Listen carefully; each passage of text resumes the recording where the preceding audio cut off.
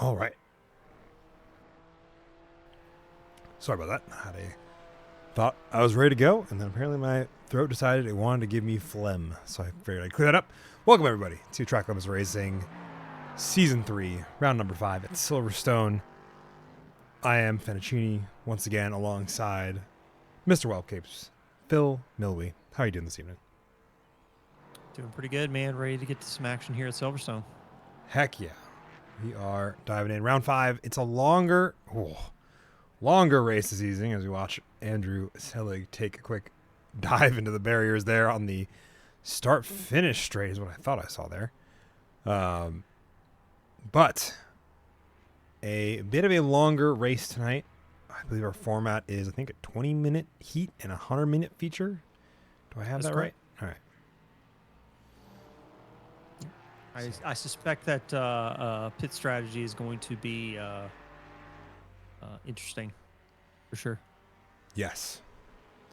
I would have to agree. I think it's going to be, well, it's always been something I think that's fun about this one.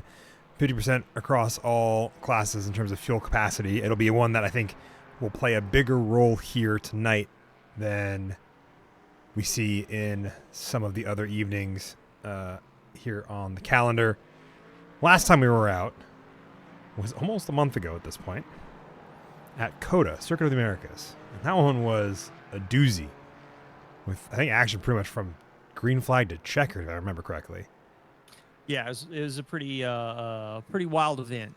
And I suspect that with the kind of complexes we could run into here at Silverstone, we'll kind of have similar vibes here. I think the technical portions are going to create some interesting moments for traffic.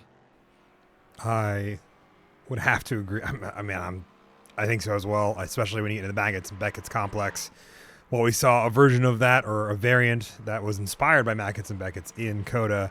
We get to live the real thing here this evening. It's going to be such a fun one. The nice long stretches of roadway with the interconnected, super technical mid-sectors, I think are going to make for a pretty exciting one. I think another thing to watch out for is pace delta. I am curious, when we hit Hanger or the Wellington Straight, what are these LMP3 machines going to be doing next to these GT3s? It's going to be interesting. I think multi-class traffic is going to be also another big one here as we get people watch the LMP3s and GT4s as well as GT4s and GT3s try to work around each other. But do we want to take a quick moment to talk about point standings and the pretty interesting stuff we got going on in some of those points battles that are happening on the grid? Yeah, let's do it. Alrighty. Got a couple minutes here before qualifying. LMP3 Pro is where we're going to start.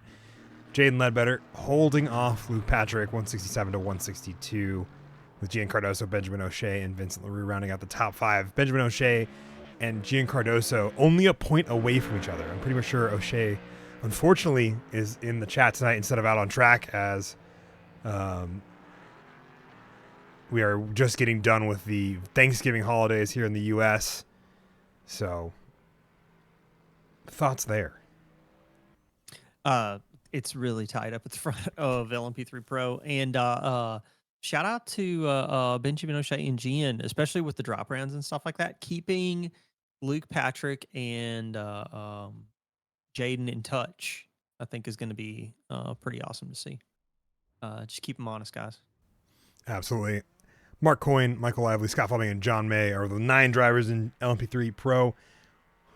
Well, we'll get to the rest of it pretty quick. The qualifying is just about to start here in a moment. I'm going to keep an eye on some of my LMP3 drivers and where they're at on the track here.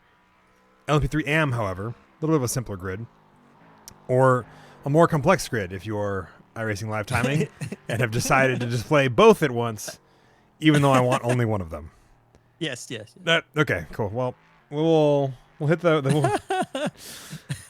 what is that? It did this last time. It did this last time. It did. Yeah, I don't know. Exact same thing last time. But just pull it off screen real quick. I can talk through it. Yes. Real fast all right. For the folks at home. We'll have to. it'll technical difficulties. I would say scrub your overlay and just try and see if you can refresh it real quick. In the meantime, LMP3 AM, Jake Fulton with 125, Emery Anderson 124, and then we got Cameron Robertson, Ryan Blyce, and Glenn Mahood rounding out the 5 in LMP3 AM right now. Really tight battle between Jake and Emery, so kind of hoping that will carry through the rest of the season. Really make it nice and spicy for those in LMP3 AM. While you're doing the overlay stuff, technical stuff, I can jump straight to GT3 and keep it going. Yeah, keep it rolling.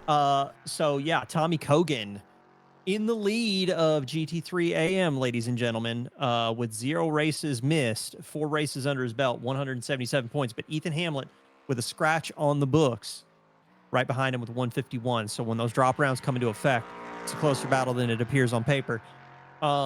We do have Christopher Blue with 4 races at 146. He is still within striking distance of Tommy. So that's going to be very interesting. And then we've got a nice tie in 4th, 5th with 124 points between Kyle Potter and Bruno Clemente. And I do believe I saw Bruno in the session. I don't think I see Kyle, though. So that's going to be interesting. I wonder if Kyle's a scratch for tonight. No, both are run in. down the order. Bruno and Kyle Potter are both in here tonight. Oh, Bruno and Kyle are here. Yeah. So that's going to be awesome.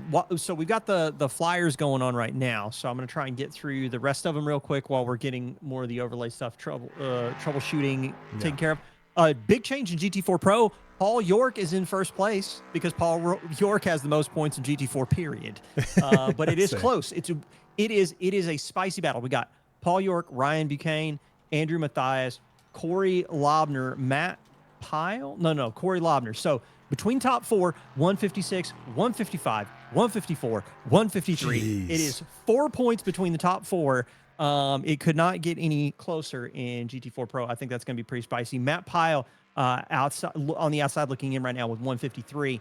But with that drop round, it's probably going to pull him a little bit closer. So I think this is another one of those where Matt Pyle, Tanner Schiffner are a little bit closer on paper. John Newman on top of GT4 AM now. Oscar Brown, Logan Branson, Alex Leonard, and Jameson Leckenby, top 5 in GT4 AM. So that's the running. Let's take a look at the qualifying. Yes. Yeah. I think we got all that. I'm pretty sure I accidentally might have hit a button and moved a chat room amongst all that, but I think all of it got heard correctly. We're good. We're golden. We're golden. We're all with it. Gian Cardoso finishing up his first flyer. He's going to be the person I'm going to ride on board with for the second one as well, if I can hit the buttons to do that. Diving on board with the roll bar coming out of Club Corner, final corner on the track before the start-finish line. Hamilton straight into the Abbey. A fast pair of a right-hander, left-hander through farm. And it is hard on the binders the first time. You end up playing a lot with trail braking and throttle control throughout this entire first section as we get through the loop. And then we shotgun it out of Aintree onto the first of 3 long stretches, the Wellington Street. This is going to be that one right there. Now, Silverstone, notoriously a very long and technical one. Would you lean it more to the power side or the technical side? For me, I do think that power around here is pretty key, especially when you start dealing with a lot of the shorter straights. And not only that, we've got some high-speed stuff, too. Like, you really need to have your medium to high-speed stuff kind of sorted out around here. You got really only a few key hard braking zones with the Vale Chicane and Village in the Loop. Yeah, that's very true. Through the back half into Maggots and Beckett's, the complex that starts with Maggots, ends with Beckett's, and then technically is followed immediately by Chapel Corner, a notorious one in the F1 world for, amongst others. Oh, Gian Cardoso utilizing all the track. You really have to do it in order for you to get the best time in the LMP3s specifically. Well, that's where I think we'll see them carry the most speed throughout the lap relative to their GT counterparts here, as we have a little bit of sun flare doing its thing, trying to figure out if it wants to go peek through the clouds or not. And then the Vale corner, like you were saying, that chicane, such a technical one there. Oh, little touch of the curb there should be fine for the lap. And shotgunning back out of club corner, across the start-finish line. Is there an improvement for Gian Cardoso? Does he get a time on the board? I don't think so. No, I don't think so. I think he's still got. I think he's still gonna have to put something together if he's gonna get a time on the board. All right, he's still trying to get a time on the board. Points leader in GT3, I believe, Tommy Kogan. He's gonna be working his way around the start-finish line now as well. So let's ride on board with him for the GT3 lap. Phil, do you want to talk us through the differences between this and the LMP3 one we just saw? Oh man, so we're dealing with a reduction in downforce between the LMP3 and the GT3s, but with the GT3s, they've got those driver aids, which is going to help them on corner exit out of these low-speed complexes, and also in the medium-speed stuff too. You don't have that. You don't have those moments when you might actually overwhelm either the traction control or your aerodynamics, and then go sliding all over the place. But as he gets ready to go into Brooklands here, I'm expecting to see, especially with the GTs, people are going to be trying to be late on the brakes into some of these corners because they can lean on the ABS a little bit more. And then he's coming out of Love Field here and into Woodcott. This is another corner that I think will be a little bit awkward when we start to get to some multi-class stuff, especially when people are going 2-3 wide through Woodcott, and then getting over here to Cops. That is a pretty notorious corner in F1, but yes. That one's also going to be spicy when we start to see the multi-class stuff coming up. Can leverage a lot more of the curbs in Maggots and Beckett's than you can see the LMP3 counterparts. Mm-hmm. LMP3s will grind the curbs pretty hard on the floor and then turn into a skateboard. And that will downhanger straight. I suspect that the GT3s will actually give LMP3s a run for the money downhanger straight. Mm-hmm. The setup into Stowe though is going to be kind of awkward. LMP3s can roll through the corner with a lot more speed. LMP3s on the inside of a GT3 or a GT4 car, it's going to be awkward. And then on the brakes here into the Vale chicane, again, able to just monster truck the curbs in a way that the LMP3 can't quite do it. And then he's going to finish the lap out. Yeah, I think one of the things I think we'll especially see, because I think we have a bit of weather also being thrown into the forecast for this race, which I think will make it even more of a unique beast for all of our drivers tonight. Will definitely make the difference between the LMP3 and GT3 cars even smaller, I believe, as the rain gets heavier. Mm-hmm. Thankfully, it's only tricky. The back half, I believe, of the feature race we have to worry about it tonight. Which makes it easy. All right. Let's see. Paul York is not here tonight. Who else? Who's current pole sitter of GT3 or GT4, I think, is finishing up his lap.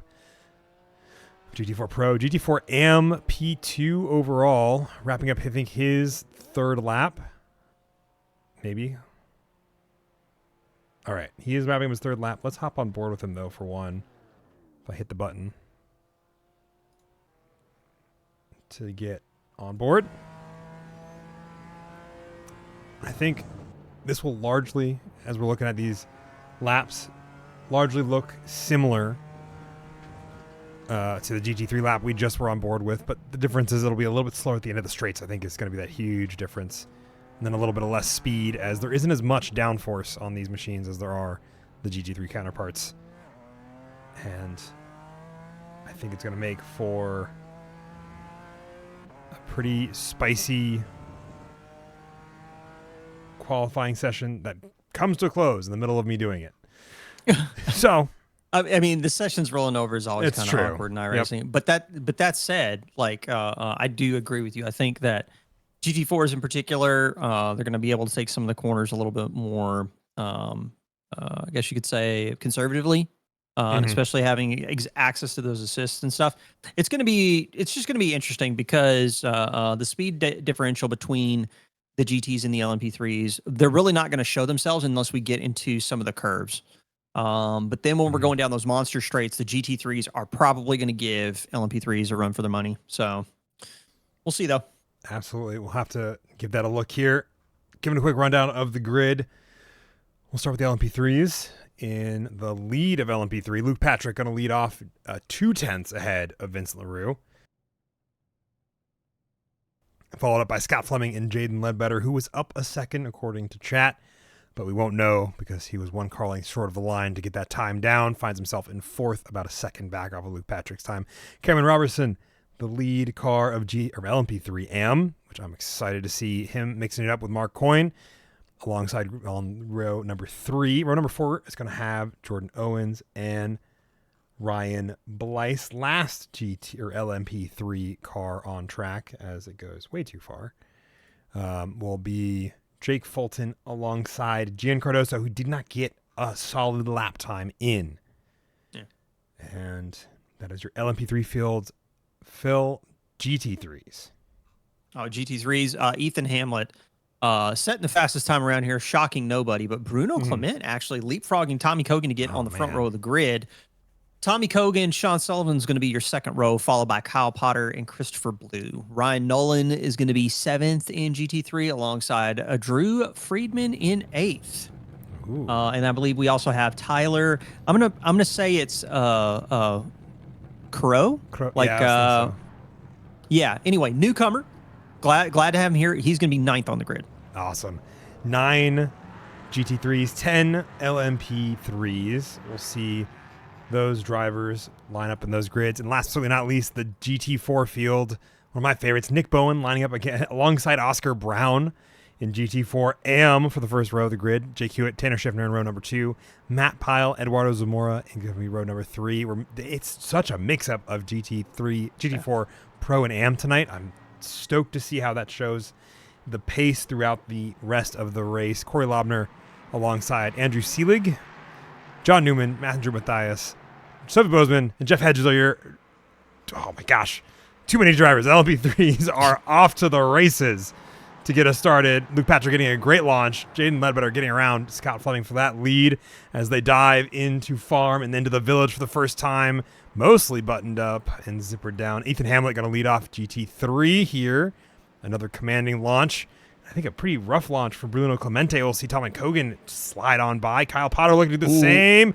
Oh, let's go see those two touch, but get themselves sorted. Yeah, I think that's going to be tough in terms of the feature, but they're both cars still alive. They're going to be able to get into the feature race. Hopefully they'll recover some spots. Yeah, absolutely. And again, hopefully at least get themselves set up for good launches there. Trying to look for the rest of the GT4 grid. It all looks pretty smooth sailing so far as we dive into Village. In the loop for the first time.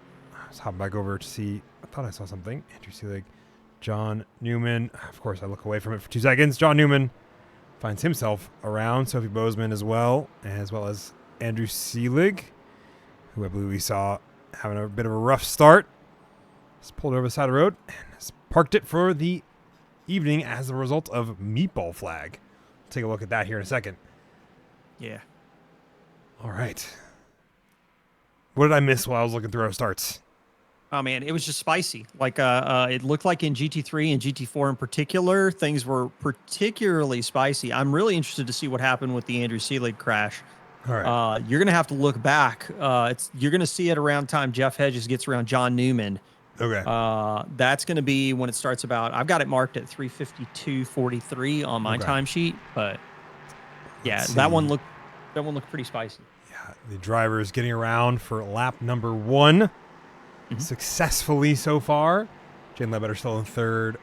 Every driver in the top 5 for LMP3 within a second of each other, and only like about 3 seconds total from Cameron Robertson up to the front of the grid. Jordan Owens kind of splitting the difference. Gian Cardoso working his way up 4 positions from where he started in 10th in class. And let's take a look here at what happened to Andrew Seelig at the opening part of the race. Let's involve John Newman, I believe, as well as Sophie Bozeman to a lesser degree. John Newman trying to get out of the way. Oh, but doesn't give enough room. Oh, and then Sophie Bozeman just gets wrapped up in it as those two drivers make a spin. And that, apparently, Sophie Bozeman making that contact there was enough to give Andrew a meatball. Yeah. Ugh, that's a heartbreaking way. But at least it's only in the heat race here, and there's still plenty of racing left in the feature.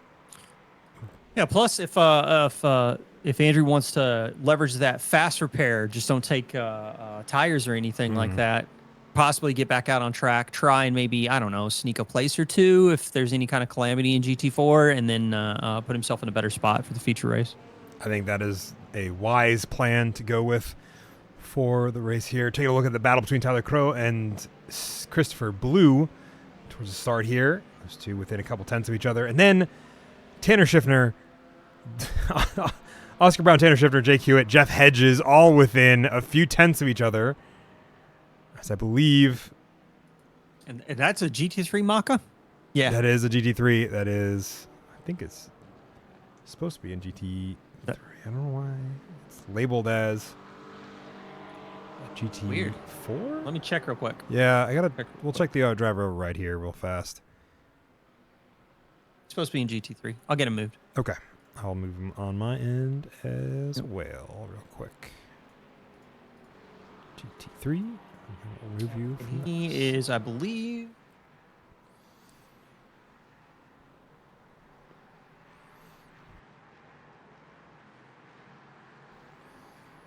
All right. Ooh. Bruno Clemente picking up a lot of spots as Drew Friedman and Ryan Nolan duke it out for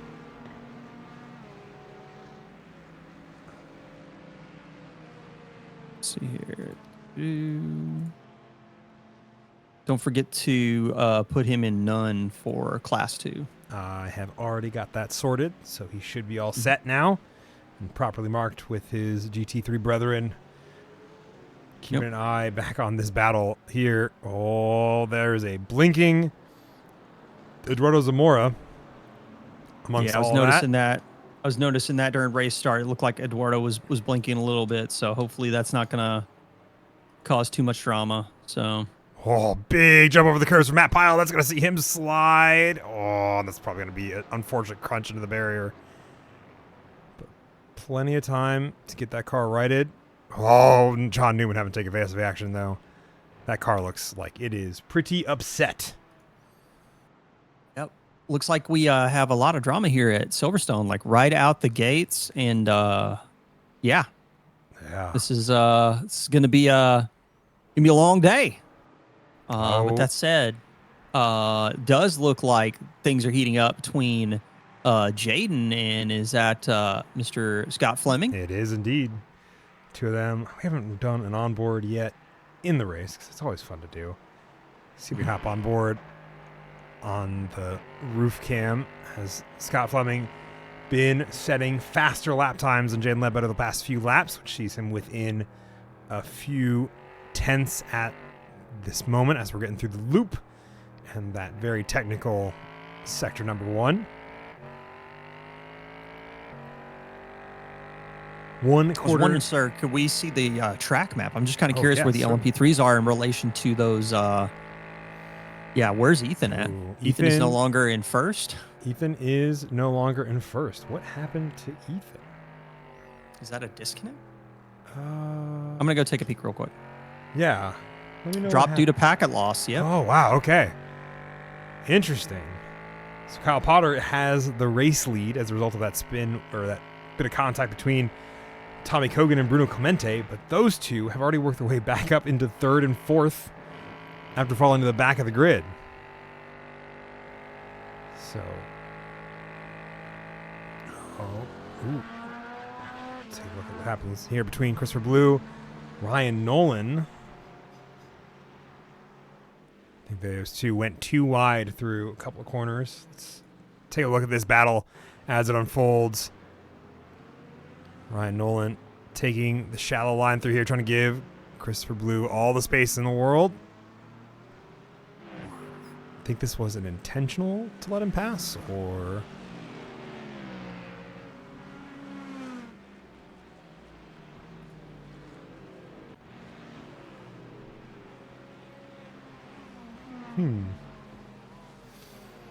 Still going, keeping up with each other. GT3 field, pretty spread out otherwise. Looking a little bit further up, Jordan Owens, Cameron Robertson are going to be going too wide, or not too wide, excuse me, within a few tenths of each other for the GT or LMP3 AM class leader. Going to be 5th overall.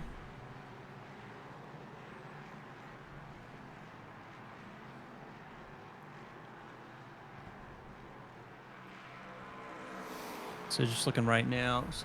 So Jordan is keeping Cameron honest. Mm-hmm. Only half second between them. Yep. I got some GT4 traffic they're catching up to. Yeah, the stragglers of those who had incidents early on in the race.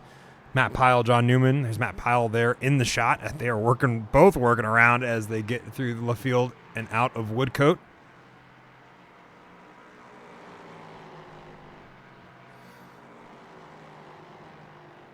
Looks like they're going to catch some more GT4s by the time they get to Maggots and Beckett's. I get a feeling they will, which I think will only spread these guys out a little bit more, especially if we look up Luke Patrick, Vincent LaRue within 0.2 of each other as they are navigating traffic. Oh, and they're going to... that's a touch. That is a touch. Andrew Seelig trying to stick to his line.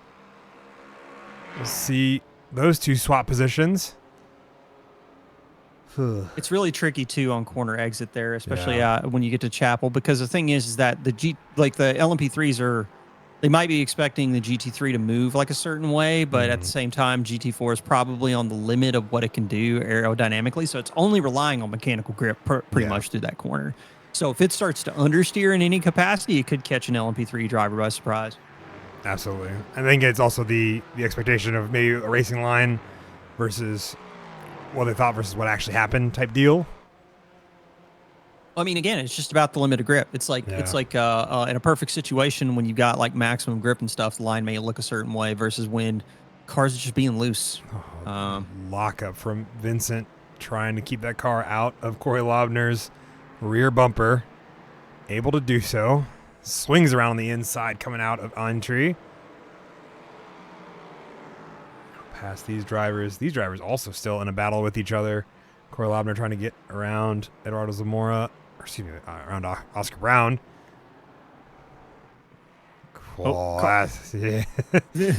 Bruno giving people jump scares. Yeah, Eduardo Zamora looking to spice things up a little bit. Luke Patrick really pushing the grip to keep up with Vincent as they work their way through traffic. It was Eduardo, not Bruno. That's all right. I'm a ding dong. Yeah, ding dong. I'm so used to. Oh man, on the entry to Abbey, man. I'm telling you, Luke is trying desperately not to give Vincent any opportunities to build a gap with the LMP3 traffic. Jaden Ledbetter, Scott Fleming also swapping positions as a result of traffic. Scott being a little more daring, getting work done there. Looks like a crunched end for Tanner Schiffner there. Curious as to what happened to that car. These two are going to run too wide through. I mean, they got the aerodynamics for it. They do. Oh, Vincent not wanting to give up that position. Luke's got the inside line, however. Yeah, it's going to be pretty clinical here when we get to the Vale chicane. On exit of Club Corner, it's going to give Vincent an opportunity to just get stuck in on the draft as he's getting ready to go into Abbey. Yeah, and they are clear of the GT4 traffic. I don't know. We're 11 minutes in. I don't think they're going to hit the GT3 traffic proper in this sprint race. Yeah, I think it's going to be a matter of something's going to have to go pretty wrong for the GT3s for that to be the case.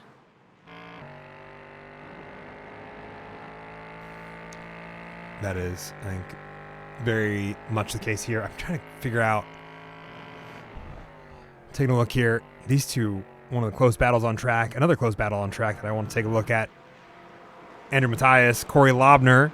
Matthias been up 4 positions since the start of this race, having fantastic pace. Continuing to show that. Corey Lobner, I think, going to give him a run for his money as they get into Brooklands again, though. One thing I do want to comment is how massive the Mustang is in comparison to the Cayman. Yeah. Such a bigger vehicle in stature than the Porsche Cayman. I think it's kind of the byproduct of the chassis it's built on, though.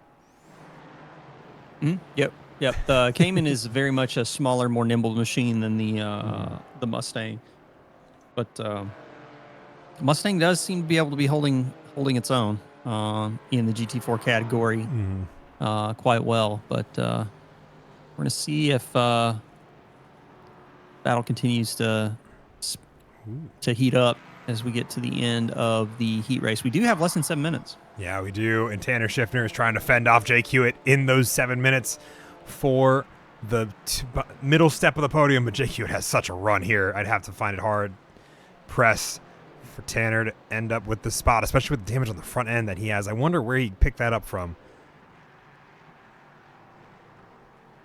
Yeah, I'm not sure. The GT4s were sandwiched pretty tight early on. It wasn't until we started having some of the incidents. Too wide through. Yeah. But this is great, though. I mean, they are really pushing the GT4 machines to the limits now with Tanner going wide. Shouldn't be a slowdown. It will be in 1X for my recollection. Yeah. Victor Del Porto Racer with a rate of 2. Thank you so much for joining us. You're watching round 5 of Track Limits Racing Sports Car Series at Silverstone. We've got our heat race. We're under 6 minutes to the end of the heat race, and then we've got a 100-minute feature race. Oh, there might have been a touch there between Tanner and Jake Hewitt. Jake Hewitt had a very bad line through Village into the loop and out of Aintree. I think we'll see Tanner Schiffner really trying to capitalize on this draft between them. But as those two are battling each other, they are letting Eduardo Zamora, Oscar Brown to just get into the mix with them. Mm-hmm. Now for them, we're talking GT4 AMs chasing down GT4 Pros. Now Now, in terms of points, the GT4s are scored all together. So for these GT4 AM runners, man, getting another couple spots, maybe around some GT4 Pro counterparts, creates a nice little points buffer to your GT4 AM compatriots. Yeah, absolutely. I don't really want to pull away from this just for the moment, but I do see Christopher Blue getting hounded by Drew Friedman again. These two swap positions a little bit earlier, and Drew Friedman's on the hunt, looking into Brooklands to make the Bass done. But does he overbreak himself? No. Keeps himself. So far, so good. Both of them working their way up pretty solidly. And Christopher Blue kind of recover from this world player in Michigan. It's very true. Did want to report Scott Fleming setting the fastest lap of the race. Ooh, okay. Last lap with a 54:16. Now, we do have other lap times that are lower than that, but that is the fastest legal lap time for this race at a 54:16. I'd say there's a couple 53s out of Luke Patrick and Vincent LaRue, but those guys I don't think are legitimate laps. Kyle Potter, Sean Sullivan also going too wide at the front of the field as Kyle Potter is fending off that Mustang in the Porsche. I want to talk about that for a moment. Kyle Potter, Sean Sullivan in the lead of GT3 field with Tommy Kogan a half second back. Really seeing GT3 get mixed up here in the heat race at Silverstone. Yeah, I think they're coming to the back markers of the GT4 traffic as well for those that had incidents earlier on. Little scary coming through there. Tommy Kogan going to capitalize on that as a result. And it's going to make a look against Sean Sullivan, which we'll see the two of them go too wide through Village, which is always such a hard spot to really gain time or maintain time. And I think Sean Sullivan's probably not going to be too thrilled about this battle because he wants to be keeping up with Kyle Potter ahead of both of them. But Sean Sullivan losing the back end out of the loop. And that gave Tommy Kogan exactly what he needed as they blast down the Wellington Straight now towards Brooklands. Yeah.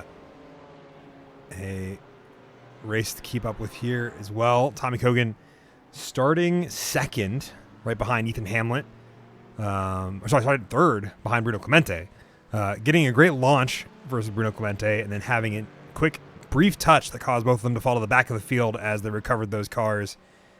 And to find himself back up in second, I think has got to be one heck of a sprint race drive as all these drivers go wide coming through. Yeah.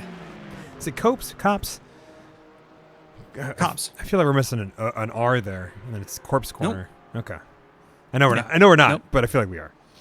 Yeah. No, it's a very not American English sort of word, but at the same time, Cops Corner. I mean, there's just so much to talk about in the scope of this race. I mean, Tommy Cogan is really putting on a show for us in this three-way fight for the lead of GT3, and Sean Sullivan's not letting go.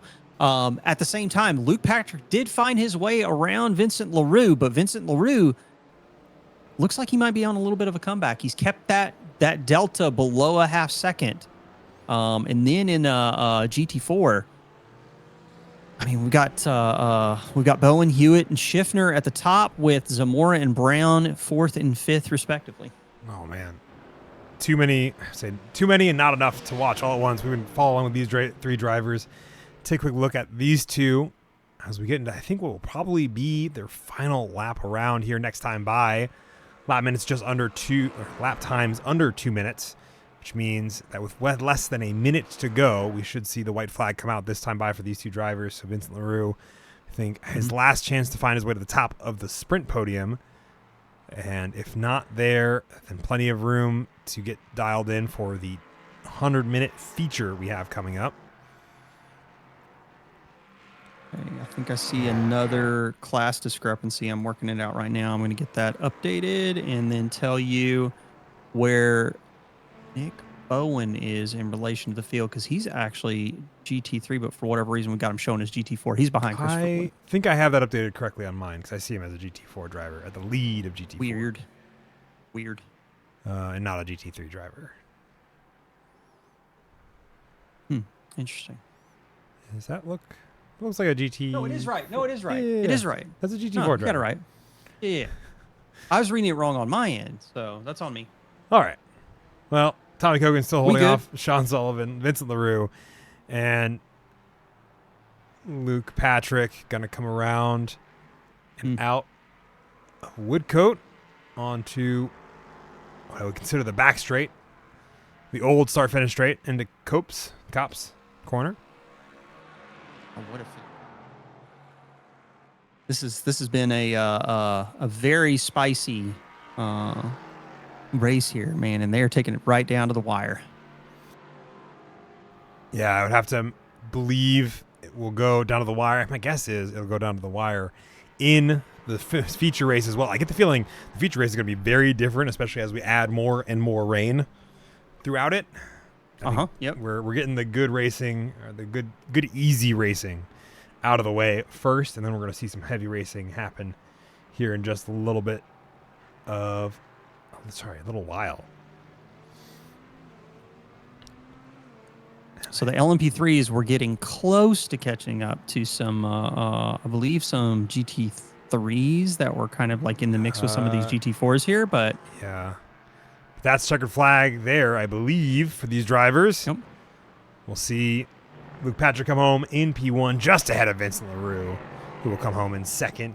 Scott Fleming going to hold out for the third place on the podium. Jaden Ledbetter only a second behind. I get the feeling we're going to see more of that fight between Scott Fleming and Jaden Ledbetter in the feature race.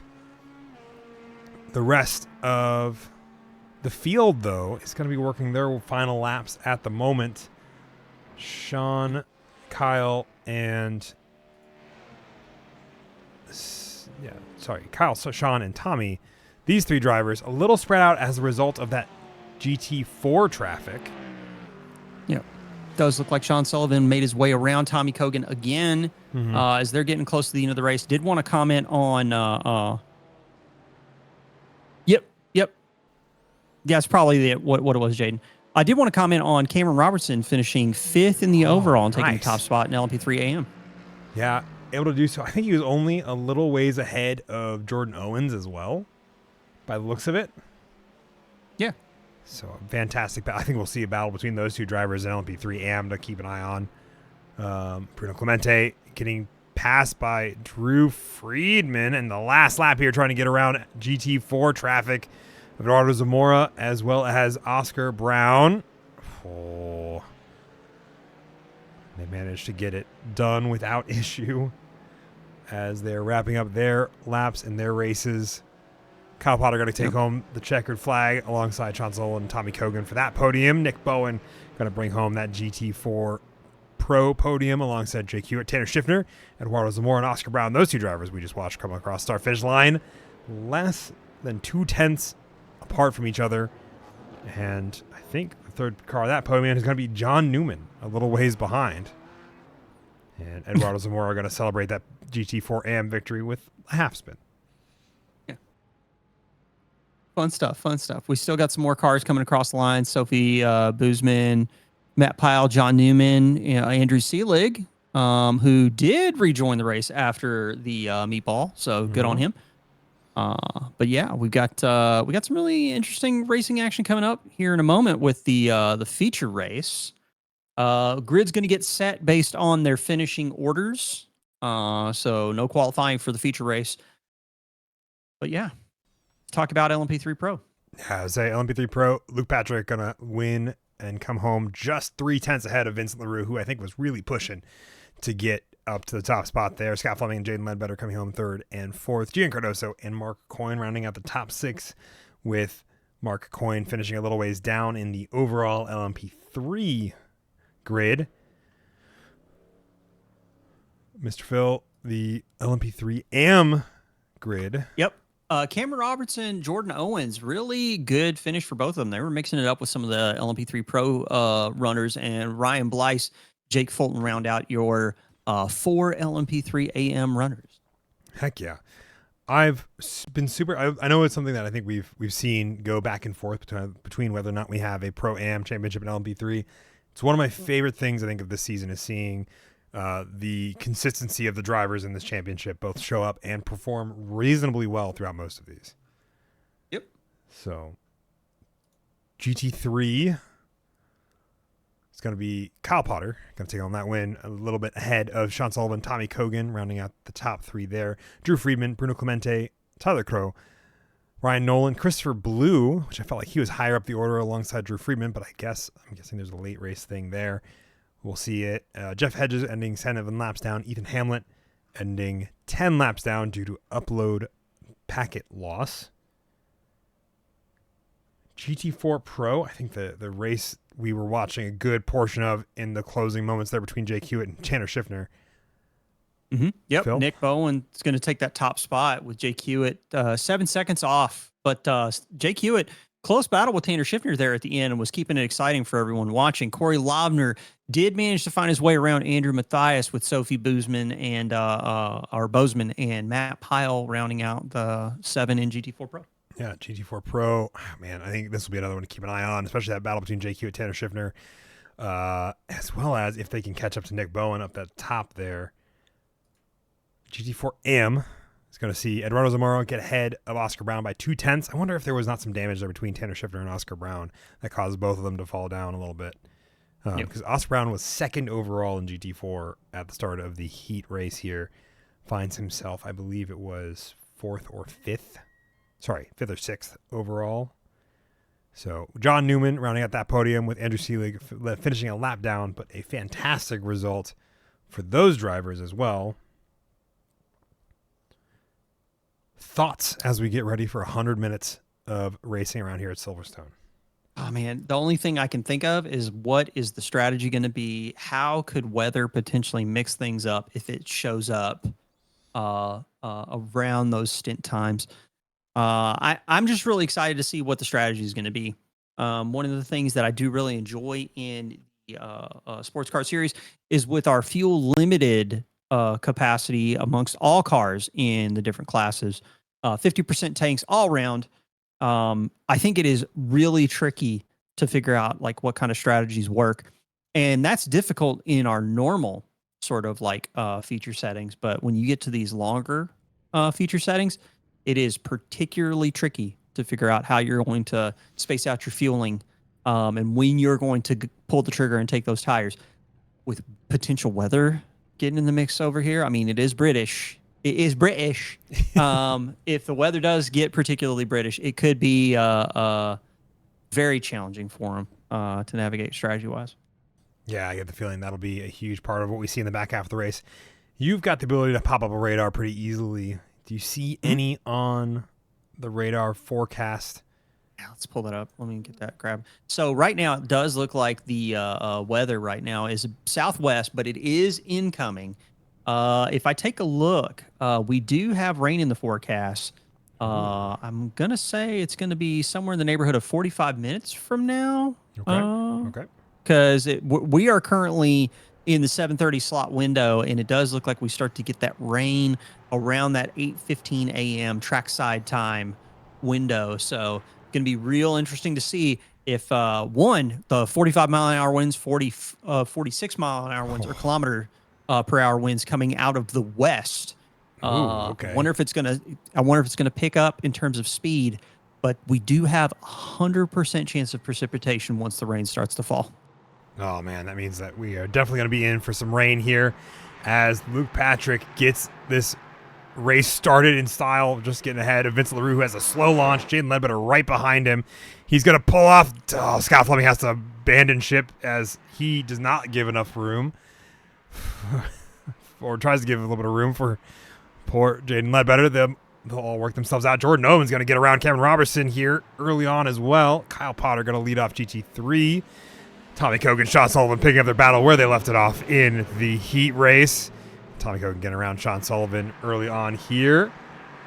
And Nick Bowen. Comment how you got that 46 of Ethan Hamlet there in the background there. Yeah, Ethan Hamlet getting back into it here. Now that his internet's put together 2x2 for most of the GT3 field. Nick Bowen getting an early lead, followed by Tanner Schiffner, Jake Hewitt going to duke it out again now that the cars are all put back together. Does Tanner Schiffner have the pace to get and stay ahead longer than just a moment? Everybody seems to get through turns 1 through 4, seemingly alive. Jordan Owens kind of keep on his momentum here. Vincent and Luke Patrick kind of running off with it. As soon as I look away, though, Sean Sullivan finds himself spun around from where he was in second. Let's see what happened here as he goes off track. Oh, he gets kicked in the tail by Bruno Clemente, and we'll get spun around. We'll see him rejoin the track here. And then he gets labeled unfortunate has crashed. Okay, no, that's just the same incident there. Okay, cool.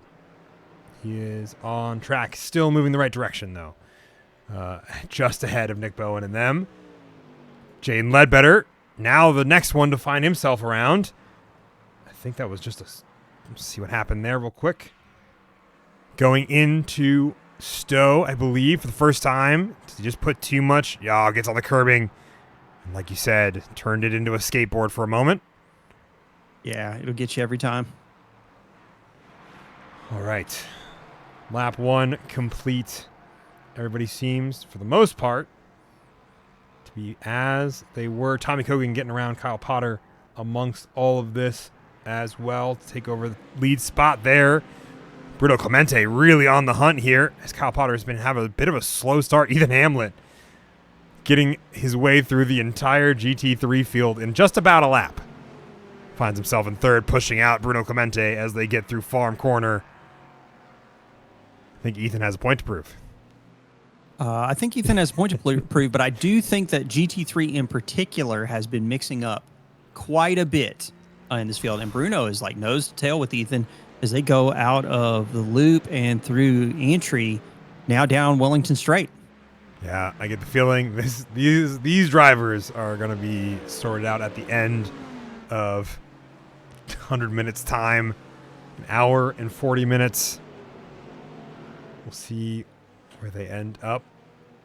Just the rest of this field all within a few tenths of each other. And I feel like looking just a little bit further ahead, Jordan Owens in third overall, lead of GT for LMP3 AM, and still 7 tenths ahead of Scott Fleming and the rest of the LMP3 field. Got to be a fun feeling to be in the podium as a AM driver. Yeah, it's got to feel pretty good. At the same time, man, I'm really kind of wondering, especially as we start to get closer to that weather, like, what are we going to be seeing here in the field? I think we're going to see who practiced and who didn't. I'm going to jump back to these two because I want to see Ethan Hamlet just carve his way through the field as they go into Stowe once more. Ethan Hamlet, latest on the brakes, finds himself around Kyle Potter very easily and now needs to make up the 3 seconds to Tommy Kogan, who is just going into the Vale chicane. Drew and Bruno mixing it up right behind him. It's Christopher Blue waiting in the wings to capitalize on the mistakes there. GT4 Pro, a little calmer, but not much. Tanner Schiffner, Jake Hewitt, another battle we saw in the heat. It continues. Continues in the feature. One of a handful I think we've seen that has started in the heat is going to finish in the feature. I think had Sean Sullivan not been spun by Bruno Clemente, we would have seen the same thing out of him and Tommy Kogan for the lead of GT3. Oh, Jake Hewitt turning that car into... Hopefully he's not spinning it too much. Yeah. Oh, Drew Freeman. Oh, Bruno Clemente and Drew Freeman getting into contact there. So definitely want to hang on there. Like this is definitely, with 100 minutes on offer here, especially with the points right now, you definitely don't want to punch your ticket and get out of the race too soon. Yeah. There's definitely a lot of opportunities for getting some good points in here if you can hang on. Yeah, and I get the feeling Bruno Clemente on the hunt to try to keep up with Kyle Potter. And I think maybe having a bit of a moment in doing so. Chris in chat. I understand your feelings, Chris. I too like it when it is spicy and moist. But we will see what it's like.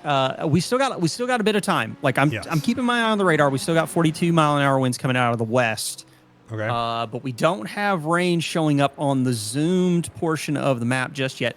We still got quite a bit of time here before we get in. We're not gonna get to there for probably another I'd say probably another half hour, maybe a little bit longer before we get into the rain. But the thing that's going to be interesting there is we're probably going to get through at least one tire stint before the rain, or at least one fuel stint before the rain shows up. Ooh, interesting. Say with these 50% fuel tanks being about half an hour to 45 minutes, I get the feeling it'll probably hit just after this fuel stop, which means they have to decide whether to take wets at that fuel stop and hope that the rain comes to them within a reasonable time so they don't shred the tires, or if they get to then have to re-pit or pit again early to put on wets. Yeah, it's going to be real tricky for them to figure out. But you know what? That's the reason why we let the big brains drive on track and figure that out, while we, the talking heads, just get to enjoy whatever decisions they come to. Yes, absolutely. Watching Bruno Clemente work his way back up the order. Jake Fulton defending from Jaden Ledbetter, who had that spin early, finds himself up the order just a little bit. I think Jake Fulton going to let him by. Well, maybe not. Looked a little bit like it. I think mostly he was just waiting to see when he could tuck into the slipstream as Jaden Ledbetter gets the move done. On the entry into Stowe, he's got a little bit of ground to cover before he can catch up to Mark Coyne, so he's going to have to keep his head down and just try and press forward. I wonder if that spin early on is going to shake up Jaden's strategy at all, but we're just going to have to wait and see. I think he's going to want to get a little bit more fuel out of the tank first. I think so as well. I don't think there's going to be a huge change in strategy because it was lap 1 that it happened on. He just has to work on trying to maximize the time he can from that stint. Luke Patrick setting the fastest lap of the race so far. And Vincent LaRue losing a little bit of ground now as those tires have warmed up. Yeah, taking a look through the data right now, and the only other person right now that I'm kind of interested in is where is Ethan Hamlet in relation to Tommy Kogan. Looks like it's getting pretty close. Yeah, I'd say it probably is getting pretty close. We can probably see him. Yep, we can see him out just under the tail wing of Tommy Kogan's Aston Martin GT3. I think the Aston Martin is the best sounding car on the stream, though, or the service at the moment. Oh, there's a look at it. Ethan Hamlin as they go too wide into Brooklands. Yeah, this is a wide corner. It does offer a lot of opportunity to take some alternate lines as you try to push people side by side through the corner. Now, exiting Love Field, I think Ethan's going to get the move done. I think Tommy's going to fight him the whole way for it, but I think Ethan just kept the speed up to make it happen. Yep. And I think he's just going to tear off with it at the moment. Tanner Schiffner. Away he goes. Setting the fastest in GT4 amongst all this. Yep. Closing down that gap Nick Bowen built throughout the first couple laps by just a little bit. Though Jake Hewitt is not far behind with a 2:11.49. Keeping an eye on these two drivers again. Right now, I think one that I'm also watching, go check out Jordan Owens right now. Jordan Owens looks like he's getting ready to harass some people. Well, it looks like Scott Fleming's. Yeah, so Scott Fleming's about to close down on Jordan Owens as they get into the first bit of traffic here. Let's pull up that track map, see where that all is. And you can see both Luke Patrick and Vincent LaRue already amongst the thick of it, trying to get around drivers. And there's Scott Fleming's pushing the issue as soon as I pull away from it. See if Jordan Owens can hang on here as they get through left field into and out of Woodcote. And I think Scott Fleming's still hanging on by a few hundredths at the moment. It's going to be sketchy when we get into Cops Corner. If neither of them lift out of it. Hell, they managed to get through unscathed. They're still going to run too wide into Maggots Beckett's, I bet. Yep, they are really duking it out, and it does look like Jordan finally lets the issue go. Now, they've got some GT4 traffic to thread through, but it does look like they're making it happen. It does look like it's also catching Scott Fleming off guard a little bit, and that pulls Jordan Owens back into it. Yeah, Jordan Owens right on the tail of Scott Fleming. Jordan's going to make the look going into Abby. Or Stowe, excuse me. Not Abby. But backs out of it to get around traffic. These two, I think, are going to be going at it for a while here. This is going to be awkward, especially with Eduardo Zamora blinking like that. Yep. I looked away just for a moment because I wanted to see this battle between Vincent LaRue and Luke Patrick's change hands as traffic of Nick Bowen finally going in the favor of Vincent LaRue. And so we'll see Vincent LaRue at the top there as they get into Village one more time. Luke Patrick wanting to stick with him and keep the pressure applied as they clear LMP or GT4 traffic for the first time. Yep. Jordan Owens now in the fight with Cameron Robertson for the lead of LMP3 AM as they come back down the Wellington Straight once again. Jake Hewitt and Tanner Schiffner trying to have a battle amongst all these. And as soon as I look away, they change hands once more. So I think Vincent LaRue has a bit of a moment into what I would believe would be Brooklands.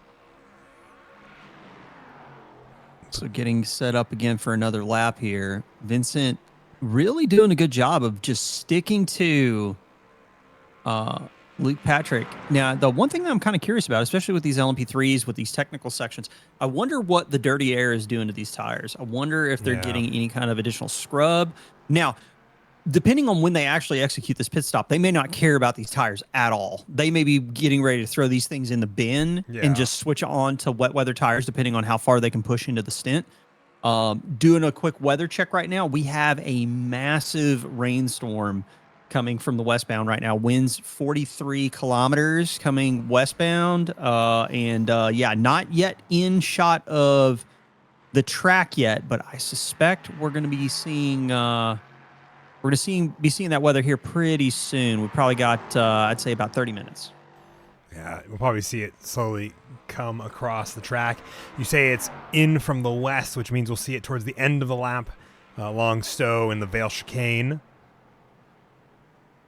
First, it'll be the Vale Chicane will be the area where it's probably going to come through first. So when people get, it's going to be really tricky too, especially because if you're going to be driving through dry weather as you're going down Hanger Straight, and then you try to actually roll with the same amount of speed into Stowe, but there's actually the track's wet there, it's going to get pretty dramatic.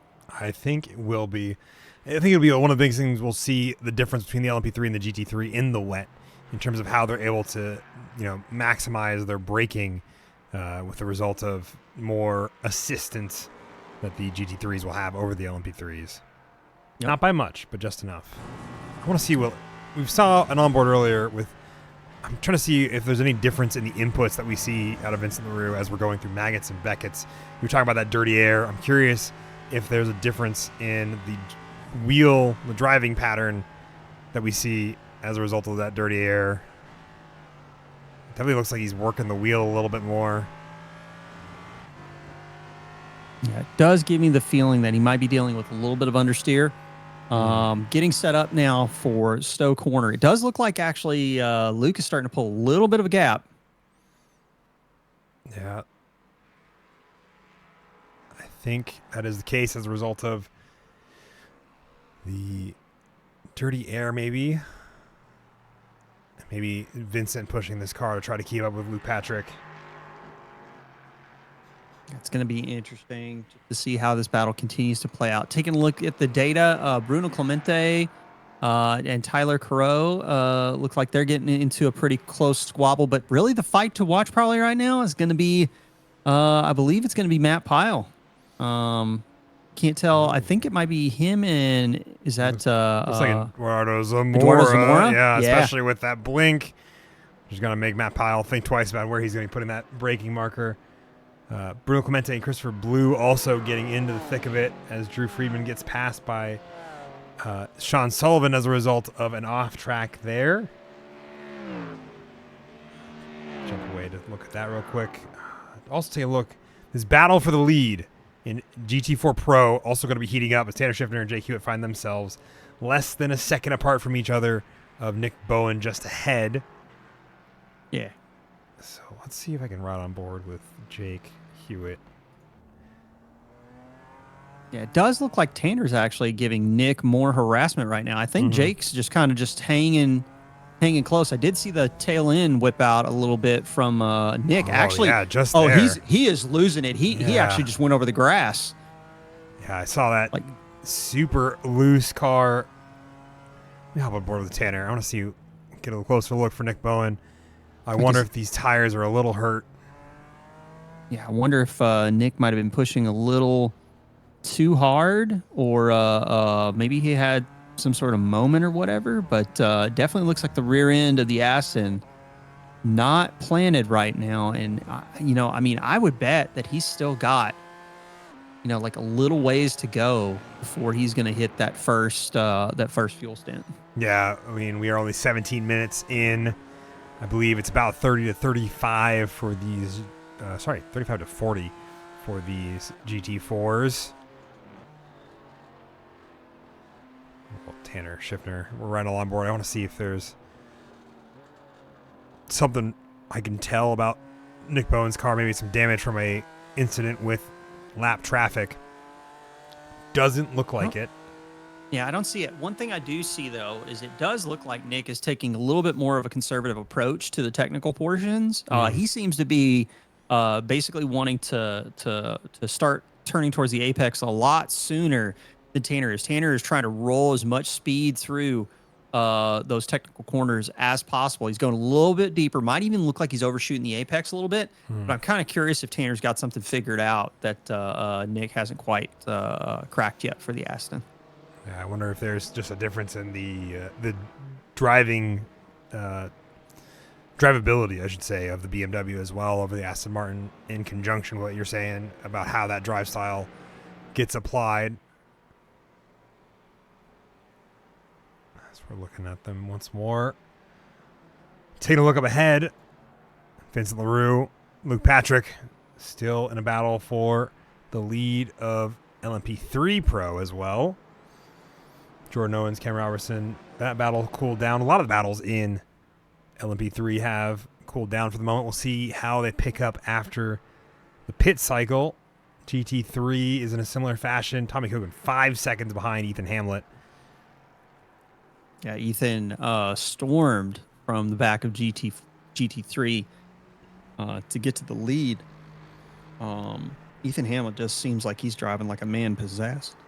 Well, I think he has a lot of ground to make up as he did not finish the sprint race and therefore needs to make up points there. Andrew Salig, an individual who's been having a rough race by the looks of it on our timing tower. I think John Newman as well, another one of those drivers. That said, hats off to both of them for sticking it out. Gonna get some good points. Hopefully, gonna make some impacts in their respective championships. But yeah, we still got so much racing to get through here, as we are only 19 minutes, almost 20 minutes into 100 minutes. We still got 80 minutes of this. Yeah, 80 minutes. So we are a fifth of the way through at this point. Yep. Mm-hmm. Yep. And we will see strategy come into play in multiple angles right now. Anybody that is basically pushing the fuel tanks and the tires as deep as they are, as aiming for that undercut. So they're not going deep into the stint. They might be basically taking their short stint and putting it at the front of the race. They look like they might be trying to aim for getting that first stint out, maybe getting another stint on these slicks before the rain shows up. But then you've got the other runners that might be doing the fuel save strategy, going in deep into the stint as much as they can, so that when they do make that first stop, they can potentially maybe switch over to those wets. But I'm just, based on what I'm seeing from the radar, I think we're going to see something will have to happen in the middle of the second stint for people to kind of make a decision. Definitely. I get the feeling that the rain will be a big indicator for them on how to finish and finalize these strategies. Keeping an eye on this battle here before the lead of GT4 Pro at this moment. And I wanted to talk about, we've seen, I think, Nick Bowen do it twice now, where that car gets really loose in Village in the loop. I wonder if that car is set up for the top speed differential. And you see him only really gaining a little bit of time in the straights, but otherwise seems to be a little bit slower. Going back to your point about the apexing of the car's difference between Tanner Schiffner and Nick Bowen as well. It could be. I mean, the other thing is that we don't know to what extent that when Nick's going into the technical complex, especially because right before we hit the Village and Loop complex, you've got to go through Abbey and Farm. Abbey being a medium speed corner, Farm kind of again pushing the right rear to like the maximum of its mechanical grip, and then you hit Village, and Village low speed right hand corner, but you've got to immediately get on the throttle so that you can go through medium speed left hand corner at Antry and try and push as much speed as you can through into Wellington Straight. I'm just kind of wondering if he's overwhelming the rears. Yeah, that'd be my thought. I'd have to agree with you. Now you write it out like that. I think I get that feeling as well. But I wonder if Tanner Schiffner is not also overloading the tires as well, because we got to see him backing off a little bit. Bruno Clemente looking to catch up to Kyle Potter. The battle between those two drivers, I think, far from over as we keep these cars going the right way. Andrew Matthias going to be the first one to dive in. I wonder if that's for lack of fuel, because that would be 20 minutes if he did not refuel the car. Yeah, it does look like we've also had a few disconnects due to packet loss. We do see Jordan Owens, who was having a heck of a race, by the way. I know. Jordan Owens was really mixing it up in the pro category. Looks like he had disconnection due to packet loss. Ryan Blyce, same deal. Hoping that they'll pull the trigger, come back into the race, maybe try and get get through a few pit stop cycles, try and see if they can harvest as many points as they can. Because I'm thinking with 100 minutes, especially with the wet weather, I don't think the drama's over for the drivers on track. Yeah, I don't think so at all. I wanted to take a look on board with Matt Pyle as he fights alongside Corey Lobner. I've been seeing him make feigning looks on the inside of some of these corners for late braking maneuvers, try to do either an over-under or as well just get the inside line, late braking. But GT3 traffic, I believe, with Tyler Crow going to add to the mix here.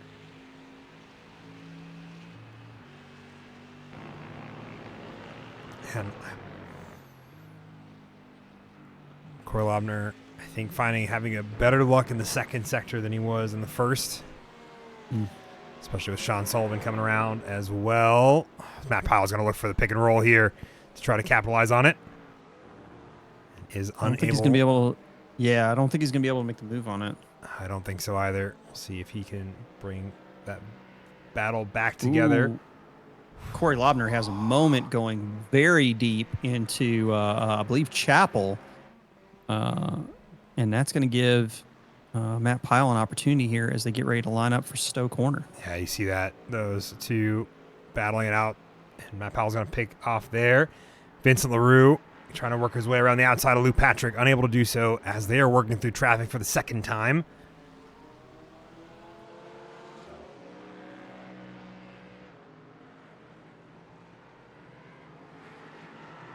Oh, but he's able to get it done into Vale. Oh, you're going to split. Poor Corey Lobner trying not to become an LMP3 sandwich. We'll see the two of them exit how they came in. As Vincent LaRue had to lift to not run into Corey Lobner. Absolute hats off to everybody involved in that exchange that we didn't end up with a pile of car. Yes. I get the feeling Vincent looking for the maneuver to get done and dusted. Yeah, he's going to have to try and stick to Luke as tight as he can as they get down towards Brooklands. Now, again, this is one of those corners you can kind of push deep, and there is a touch. Luke Patrick gets a slide. Was that? Hold on. Was it a touch or was it net code? I'm super curious. Let's ride along board if we can. See if you can get that overhead shot. I'm sure we can I'm just kind of curious. Nope, that's not the right one. That looks like they might have come together. Yeah, let's see. I'm going to do it one more time. I'm going to go from this dynamic cam here. I could do an... Go in. Yeah, late on the brakes for Vincent and just tracks out. I don't know. They were certainly close enough. Yeah. They were certainly close enough where either they touched or netcode became a factor. But the thing that I'll say there is that if I'm Luke Patrick, okay, so the spin happened. Let's go ahead, just recollect yourself. Yeah, that's contact. Yeah. But that said, still in it. I'm pretty sure. Where's he at in relation to the rest of the field? I think he's still 4 seconds ahead. Yeah, still 4 seconds ahead of Scott Fleming. Like, I think that he's got ample opportunity here to maybe mix it up and try and catch Vincent LaRue on strategy. Yeah. But we're gonna see how it works out. The other thing that he's got going for himself right now is now that battle's over, he's got a little bit of clean air, can knuckle down, start pounding out some fast laps, and see if he can get back on the gearbox of Vincent LaRue. Yeah, he has no more competition. Vincent LaRue, however, getting through GT3 traffic, which will make it interesting. Yeah, that's going to slow him down. Over in GT3, Sean Sullivan. Yeah, Sean Sullivan, Tyler Crow. Yep. It's real close between them. And Tanner Schiffner also looks like he's starting to get close. Well, he had gotten passed by Jake Hewitt just a lap ago, and he's going to wait and not get involved. Gonna try to find a great exit out of Aintree onto the Wellington Straight. It's going to set him up perfectly to have the inside line going into the Brooklands. Yeah, just exited with so much more speed, and that's going to give him the opportunity. Nick Bowen getting an absolute breath of fresh air as these two are duking it out for the top spot. Yeah, Matt Pyle, Eduardo Zamora, Oscar Brown, Andrew Matthias, all diving into pit lane over the past couple laps for a fuel stop. I'm curious if it's the plan, so that way they can make it an easy transition onto wet tires here in about, what would you say, 20 minutes time? Yeah, it's getting pretty close. If I'm looking right now, we're at the 59-minute mark, and we're expected rain to show up around 8:15. Now we've got a 15-minute gap where we kind of don't know.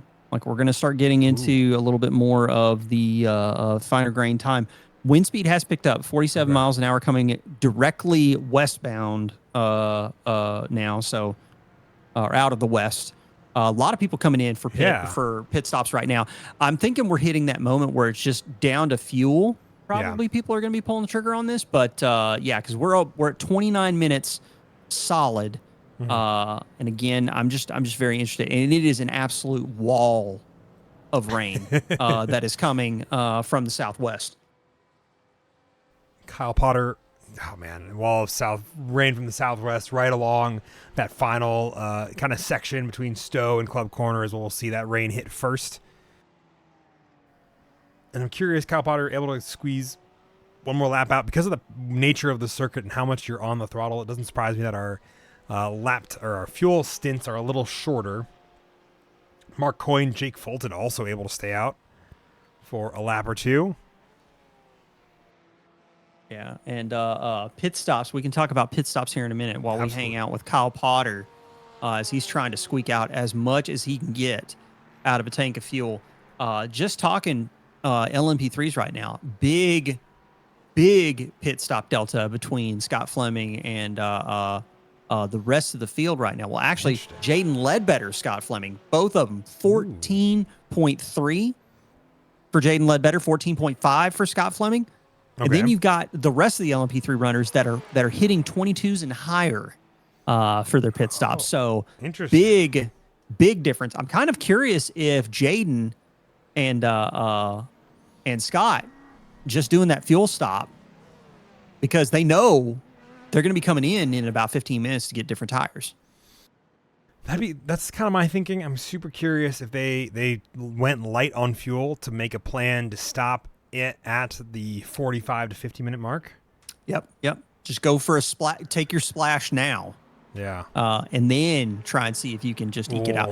Man, that going off track right there is so dangerous. And then coming back on, and he just skips just a little bit and doesn't manage to go into Bruno Clemente. Yeah. So thank heavens on that one. Yep. Jake Fulton, the only, alongside Mark Coyne, two drivers have not come in from LMP3. One pro, one am. Mark Coyne going to come in this lap. I'm going to guess we're going to see Jake Fulton make his dive in. Yeah, you see it right there. Yep. Flying into pit lane. Got to get hard on the binders to make sure you don't pass that line. Those yellow cones you saw there were all that required. And Vincent LaRue coming out pretty well ahead of still well ahead of Scott Fleming, despite the 7-second, almost 8-second pit cycle difference. And we are really starting to get close here. The wind speed has picked up. We're getting it at almost 50 miles an hour. The winds are starting to now come out of the northwest. And the rain is it's on the approach. It's getting there pretty soon. That it certainly looks like it. You see a couple drivers having a little bit of trouble with their car that they weren't expecting. Bruno Clemente running real deep into the loop, finds himself ended up losing a little bit of time that he was trying to gain there. Now, Ender Matthias trying to figure out how he stacks up alongside Eduardo Zamora, Oscar Brown, who are dueling for the GT4 AM win right behind them. And speaking of GT4s, after first pit stop, Nick Bowen pumping in a 25.9 for his pit stop with Tanner Schiffner at a 26.05. Jake Hewitt at 26.77. Tanner Schiffner going to stay out in front. Matt Pyle not far behind, but pumped in a 25.0 on the pit stop with Corey Lobner in 5th in GT4 Pro. So top of GT4 AM, we got Eduardo Zamora at 25.2 with Oscar Brown keeping it close with a 24.5. So a little bit better pit stop from Oscar Brown. And again, I'm thinking that we're going to be seeing these guys coming in probably in another 10 minutes, 10, 12 minutes when the rain starts to show up. Yeah, I get the feeling that's going to be the case. You can kind of see if we go to one of our wide cams. We've got one that has, maybe we'll go up to a scenic cam. Yeah, you can see the clouds starting to roll in there from the scenic cam. It's going to get pretty spicy. Speaking of spicy. And again, yep, go ahead. I'll say, Tommy Kogan, Kyle Potter into a fight here. As a result of that pit cycle, like you were talking about, Kyle Potter, only 13 seconds on his pit cycle. Sees him cycle out right alongside Tommy Kogan. Like I say, I think he's also in the same strategy you were talking about. Short for both Scott Fleming as well as Jaden Ledbetter. Short stint of fuel just to get you to where that changeover point is when the rain settles in. I'm curious to how those will play out. We have this wall of rain inbound in about, 10 minutes time, 15 minutes time? Yeah, taking a look right now. Yeah, it's going to be about 10 minutes time before we're going to start to see that rain come down again. 100% chance, and the wind is really going to start howling out of the northwest. So I'm really interested to see. We're probably going to get hit with some light rain. It's probably only going to last for a few moments before it starts to build up some intensity to medium rain. And then we've got a nice light band, so the rain will just be consistent probably for the next 15, 20 minutes before we hit our next big wave of medium rain. Gotcha. Keeping on board with Bruno Clemente, who is getting real close to Christopher Blue there. As we're following along in that battle, Tommy Kogan keeping up with Kyle Potter as well. Vincent LaRue holding off Scott Fleming for the moment. About 8/10 between those drivers.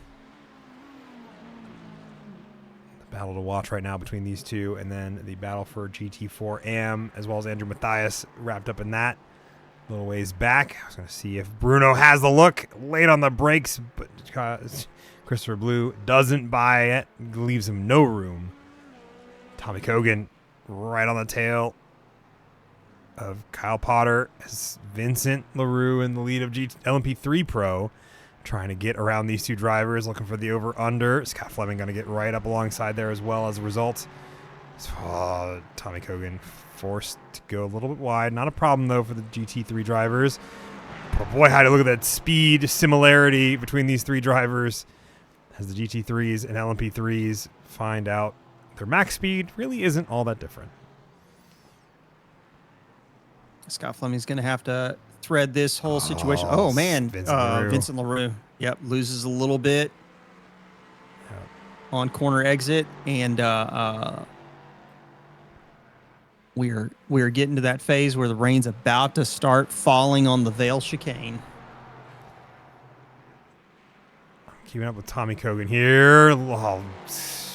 Kyle Potter having to lift to not run wide there and get a slowdown. Sees him lose a lot of time there. Tommy Kogan picks off the spot there. Scott Fleming really making out like a bandit after that pit stop. Saved 8 seconds relative to the other LMP3 competitors that he's racing right now. He is made out like an absolute bandit. Now, here's the thing. All these guys, they're about to have to stop for wet weather tires. So we're going to see what's about to happen right now. They're getting ready to go into the Vale chicane right now. By the way, the rain is almost where the drivers are right now on the screen. Okay. So we are about to hit some exciting moments here, especially for the folks that are coming in from behind these guys right now. So the next time these guys come around, it's going to be raining in this exact spot on the track.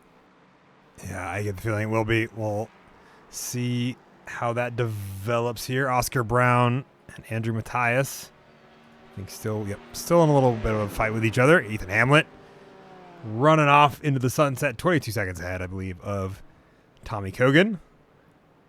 Trying to split the difference, not run into the back of these guys. I think he's on his fuel strategy now. So rain is fully over the Vale chicane right now and actually going into Stowe. So anybody coming off the Wellington Straight right now is about to hit surprise land. Oh, interesting. Okay. Or Hangar Straight. Oh yeah, Hangar Straight. Excuse me. Well, at this point now, it's going to be close to be on Wellington Straight here in a moment. You can see the gray slowly descending as the sun goes away. And our race is going to that is definitely a little bit of a touch there between Tommy Kogan, Kyle Potter. Jaden Ledbetter looking to get around both these drivers as well. You can see, I think there's a little bit of the crunch there you can see on the back of Tommy's machine. John Newman pulled the trigger, dumped into the pits, already on wet tires. Andrew Seelig doing the same thing right now. Rain's falling on there these it is. guys. You can see it as it falls. You got the windshield wipers are on for these drivers as they get into Stowe for the first time. And we can see the water slowly being kicked up as it begins to fall and the simulation begins to show it off. You're going to see all these drivers stay out for one more lap. Interesting. Kyle Potter going to pull the trigger early as well. Sophie Bozeman, I think, is in to do wets herself. Interesting strategy. All these drivers that are staying out for one more. Christopher Blue not going to buy it either. Yeah, I think what they're going to try to do, they're going to try and deal with the light wetness until the track is like moderately wet before they make the swap. But at the same time, I'm just kind of curious because there's a lot of medium and high speed stuff at Silverstone in particular. It's really kind of a track where it's going to be difficult to risk it like that. But we're going to see. Tommy's already kind of being a little ginger with the Aston Martin as he gets ready to go down Wellington straight towards Brooklands. Yeah, we're going to watch these drivers as well as they navigate traffic amongst all this. Oh, Andrew Matthias going to spin. I wonder if he got netcode help there or the rain just caught him out. Black flag for Drew Friedman for, I think, speeding on pit entry. So we got a medium band of rain that's about to hit the Vale chicane here probably within the next lap. Okay. So the rain's only going to get... in chat. Benjamin O'Shea in chat saying, here we go. Here we go. This is what you tuned in for, right, Ben? This is definitely, I think, what this race is for. The rain lights are on. The session has officially been declared wet. Mark Coy and Jake Fulton in the LMP3 category going to get dive over to wets. Kyle Potter, Christopher Blue, Tyler Crow, Drew Friedman, Ryan Nolan. Those last two, alongside Sean Sullivan, been given a drive or a black flag penalty, I think, for... I would say almost incident limits maybe for Sean Sullivan, but I would say for those three, along with Nick Bowen in the lead of LMP or GT4 Pro for speeding under pit lane is my guess there. I think it's going to be because of the wetness on pit lane entry. Yeah. I bet people are overcooking it going into the line. So that's going to be a big effect. A lot of people are coming into pits right now. It's going to be a bit of a madhouse right now. I'm taking a look at the times. Tyler Crow, Christopher Blue actually hitting the inflection point right now. Ethan Hamlin in the pits because his last lap 2:05. Christopher Blue a 2:02 on wet tires. Ooh, okay. So the wet tire is the tire you want to be on right now. That makes sense. Scott Fleming, however, going to risk it one more lap alongside Jaden Ledbetter. Yeah, these guys are going to be shedding time. It's going to be really tricky. Medium rain now over the Vale chicane into Stowe. So the rain intensity is going to pick up a little bit. Again, 46-mile-an-hour winds coming straight out of the northwest. And we are going to settle into some rain for pretty much, I'm going to guess, for the rest of this race. Yeah, look at how slow Scott's going through the Brooklands and Luffield set of corners. Yep. How much he's really babying. He's not even in the medium stuff yet. No. Medium stuff hadn't even got there yet. No. This is still light stuff. We're going to see the medium stuff hit the track over on the hanger straight into Stowe and Vale chicane. I get the feeling they've got to come in this lap with how much time they're probably hemorrhaging with dry tires on a wet track. One of three drivers, with Eduardo Zamora being the last GT4 on the lead lap, having yet to pit for, that is a abandoned line. I get the feeling it might be time to swap over to wets, Scott. Yeah, it is. It is going to be very wet on track. I'm going to take a look real quick. I'm going to zoom out, take a picture of what we're looking at. So we're going to get some medium rain. It's probably going to last for about anywhere from probably 5 minutes, maybe a little bit more, and then it's gonna we're going to hit a very, very brief window where the rain will stop. I'm talking minutes, and then we've got light rain probably for the next 10 to 15 before we get hit with another light to medium band coming out of the southwest. All right. Scott Fleming, Jaden Ledbetter diving in. That's going to be interesting. I think it's going to make for a very fun time. It's whether or not it dries up enough for this part. Can you also confirm for me Jordan Owens a disconnect or an upload issue Jordan Owens was a disconnect. Yes, Jordan okay. Owens and both. Well, actually, no. It looks like Jordan Owens might have been a manual disconnect, but Ryan Blyce was disconnected due to packet loss. Okay, because Benjamin O'Shea asking about what happened to Owens from where he was sitting in third Yeah. prior to all this. Yeah, Yeah, it looks is like a a manual bummer. disconnect. Kind of curious what's going to happen to Jaden. I did look to me like a little bit of a lockup when he was going into the pit lane. So I'm Did wondering not- if he got slowed down enough for He- the pit entry. It does seem he hasn't been flagged with a black flag to come in for it. So I'm guessing so. Oh my gosh, this is hairy. This is going to be very scary, but at the same time, too, people got to keep their head on a swivel as the weather is going to be a factor basically for the rest of this race. Eduardo Zamora in the pits now for his wet weather tires. I'm watching him as he tumbles down the order. He is now. Matt Pyle's already got around him. I'm pretty sure Corey Lobner, Andrew Mathias might get around him as well. I believe he should come back out alongside Oscar Brown as they were fighting prior to the pit cycle. We're going to see he's 30 seconds on the jacks, and he's still not off of him yet. Nope, Oscar Brown's going to get around. Nick Bowen probably going to get around, even with the pit stop. Well, actually, no, with the pit stop, it's going to be a little bit tough. His pit stop was a minute 16. Yeah, he had to serve that black flag for incident for speeding under in the pit lane for not slowing down enough because of the weather. From Sean Sullivan in the pits now, too. For his black flag. Yep, I believe so. Yeah, both him and Bruno Clemente have one to serve. Scott Fleming winning the pit cycle strategy. Oh, Luke Patrick. Tokyo drifting that LMP3 out of Cop's corner. Keeps it together. Does lose the position to Vincent LaRue.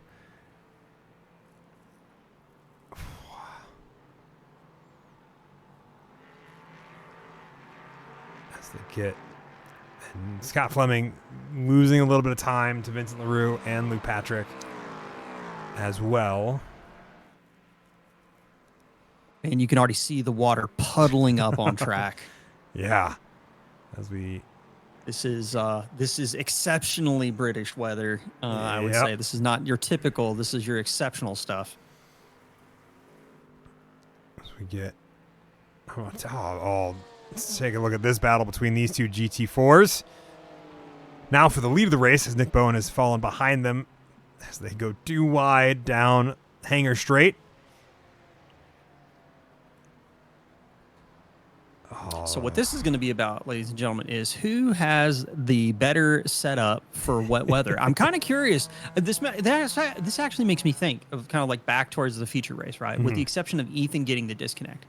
Kyle Potter and Sean Sullivan having, quite an amazing result in the heat race. I'm kind of curious which of these drivers actually worked on making a solid hybrid setup versus just something that was quick in the dry.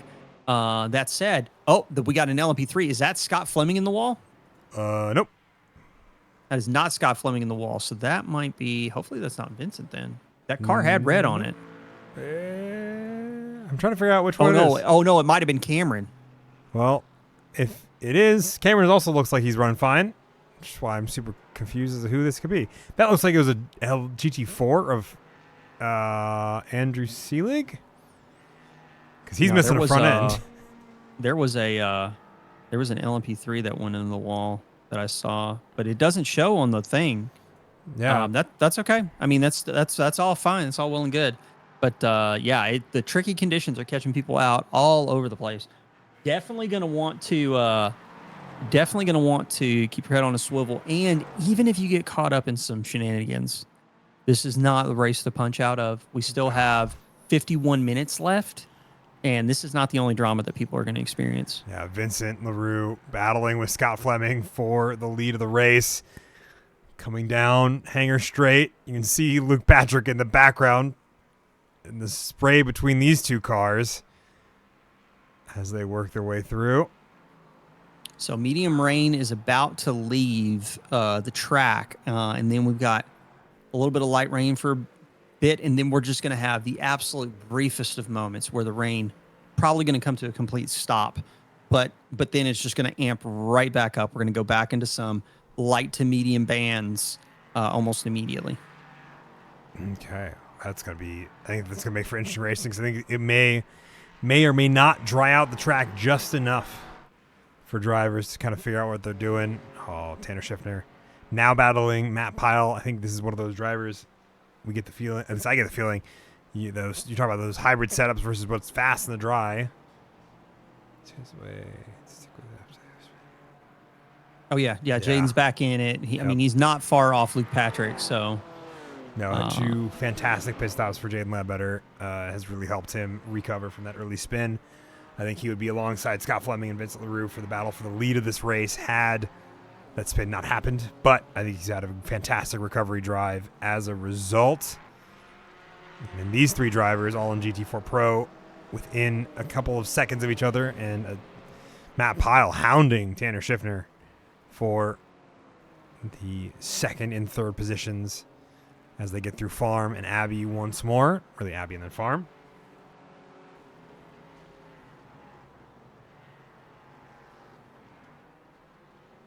I'd say probably about another 5 minutes. We're going to see that pocket of dryness where the rain will come to a complete stop. But again, it's only going to be brief. So hoping the drivers have the radar open so that they know that moment of clearness is just false hope, because there's only more rain coming on the back end of that.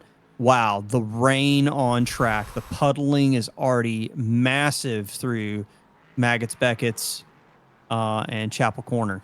Yeah, the puddling throughout this entire back half of the lap is pretty intense. You can see Vincent LaRue really finding his pace in the wet. I'm not surprised. As his teammate, and has spent we spent a lot of time in the rain in our practices for endurance racing. So it comes as no surprise to me, at least, that Vincent LaRue, also a stellar driver in the wet outside of the endurance racing. Luke Patrick also getting within a second of Scott Fleming. Let's see if that continues. Jaden Ledbetter also closing in. We're going to have a battle for second here in just a moment. Yeah, it's going to be a pretty tight battle. Taking a look at GT4, because I'm just kind of curious how things are evolving. Nick Bowen on a recovery after, I believe, getting hit with never mind. Nick Bowen in the pits. Spoke too soon. Did something happen? What was that? Hydroplane. Oh. Into the wall, and then he spins. Thankfully doesn't crash anybody else, but yeah, flagged with a meatball as a result of that. So that is a heartbreaker for him. Yeah, we'll see if he decides to take the car back out of the pits after repairs. Because again, I just feel like with 47 minutes left in this race, like there are serious points on offer. Luke Patrick also almost having a similar issue there. Keeps it out of the wall, unlike Nick Bowen, but like one of those things I think we talk about a lot. At least something I always reference is the paint becomes your worst enemy amongst all this racing in the rain. Yeah. You cannot drive on it for very long, if at all.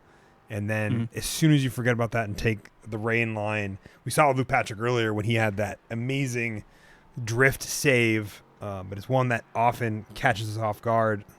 I think John Newman had a similar result here, or he was trying to avoid was going to Vale chicane here. What happened here? Oh, did he just stop? It just labeled him as maybe crashing because he had stopped too much. Yep. Okay. That or he started rotating, and it just like with the camera angle and stuff like that might have been a little bit deceptive. Yeah. But Christopher Blue yeah, here. That's a spin. Keeps it out of the wall. No harm, no foul there. All right. This is straight up going to be a survival race. Like that's kind of what it looks like it's going to be. This might be one of the wettest races we've had in track limits in quite some time. So I'm just thinking to myself about like the folks that are doing the racing right now. That is a broken front right I believe that is Cameron Robertson going to go back to the pits. Hopefully going to be able to get that service and get back out on track. Yeah. He eats the curb, loses it. Hard into the wall there. Yeah, planted him square into the wall. And then you can see that that front right just dangling. So Andrew Seelig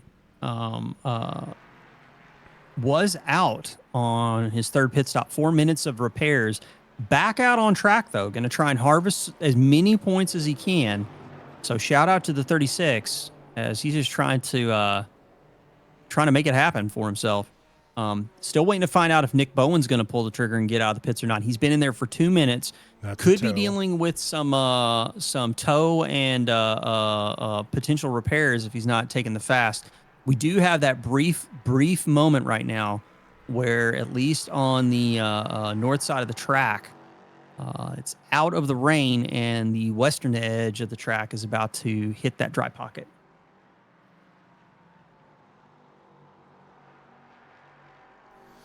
Yeah. Jade Ledbetter, Scott Fleming now duking it out for second, with Mark Coyne closing down on Cian Cardoso as well. I'm going to guess we'll see Nick Bowen probably hop back out here maybe in a moment. He theoretically should be done with his pit cycle, but we'll see. Looking throughout the rest of the field, pretty spread out as they're working out battles of their own. You can see where the rain looks like it's stopped on parts of the track. Yeah, we're gonna hit a moment where the whole track is not going to be experiencing any rainfall whatsoever. But again, almost immediately we're gonna get stuck right back into some light and medium rain. So it's not going to be something that anybody can take in terms of like even cold comfort. It's just going to be just the ever so slightest moment where the rain stops and then just fires back up again. Yeah, I think it'd be one of those, for those that are paying attention, it won't be much of a respite, but it'll be nice for those that want a break from the actual rainfall, but not much. Yeah, I suspect the other thing we're going to experience here in a little bit, the weather system is going to start shifting out of the north, and it's going to slow. The wind's actually going to slow down, so the rain band is actually going to just chill over the track, probably for the rest of the race. So it's going to be pretty tough. Yeah, it sounds like it'll be pretty tough. Mark Coyne getting around Gian Cardoso amongst all this as well. Another driver I think has an ideal setup there. Looks like both Nick Bowen, Cameron Robertson going to punch out. Really unfortunate, but at the same time, it's tough. It's just tough. Yeah. You've been racing that long and then have an incident out on track. But, yeah. Ooh, it's going to be interesting driving for Sophie Bozeman within 0.6 of Eduardo Zamora. And it seems to be having a more ideal line coming through Maggots and Beckett's. It's a more ideal line. Seems to be more confident in the wet. Sophie just seems to be dodging the paint and the curbing. Yeah. Which honestly will get you pretty far in wet weather racing, from what I recall. Yeah, she is gaining on Eduardo Zamora in a straight line. Yeah, there's Ethan Hamlet trying to get around these drivers as well. Later on the brakes for Sophie. Look at Ethan's back end just skating through Stowe Corner. Yeah.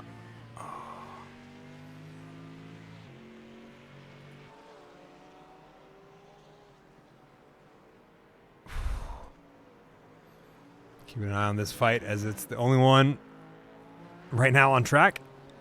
And then it's compatriot between Andrew Matthias and Oscar Brown just up the road. Good catch out of Sophie. Sard diving again for that paint. I was like, that does not work. Yeah, it's gonna be a survival race from here on out. It's gonna be just buckle in because weather's not gonna be going anywhere for a while. And Vincent Lurie trying to get around this traffic in this rain. Gotta be an interesting time for all of them. Sophie leaving him plenty of room though. Problem is, puddles are on the inside. Yeah, you can see the back end of the GT4 squirm a little bit. Well, Ryan Nolan has a meatball Brian Nolan flag. has a destroyed front end on that car, and he's going to try and limp it all the way home, but he's got a crushed suspension. Does look like the wheel is still attached on the right side, Yeah. but that crushed front right suspension going to be tough to navigate, and he just loses the back end of it. Oh. These cars are going to have to try and find their way around it without running into them. They're able to do so far. He is really trying to dodge getting that tow time, because I mean the tow around here is so long. It is. So I don't blame him for trying, but you can see it's just the floor is just peeling the circuit right now. Yeah. Take a look at what happened to Sean Sullivan as well. He was labeled as crashed. I think it was just an easy spin here coming into Village. Yeah, gets on the gas a little too early. And car rotates for him. Ryan Nolan finally calling it and doing that there. Drew Friedman labeled as crash. I think this is what happened to Ryan Nolan as well. Oh, just loses it there. And then, catches. Was that it? That was it. Oh, my that was it. God. And unfortunate, and so unfortunate too, because it was right at pit entry. Yeah. And so Drew's able to bring it in, but Ryan Nolan, unable to do so, has to tow it. Well, no, Ryan Nolan looks like he's still limping it around the track. It said like he he's jumped trying to get it home. No, it says he jumps the pits here. Okay. Yeah. So I think Man, you and can that's see so unfortunate too, because he was really close to getting it home. it. Yeah. Just bad luck and where the contact happened. Yeah. Absolutely. Keep an eye on Oscar Brown, Andrew Matthias, Vincent LaRue trying to get around them. All these drivers setting 15 to 25 seconds slower lap times than when they were in the dry. Yeah. The wet weather is really pushing it right now. Pushing the limits of what these cars can handle in terms of mechanical grip.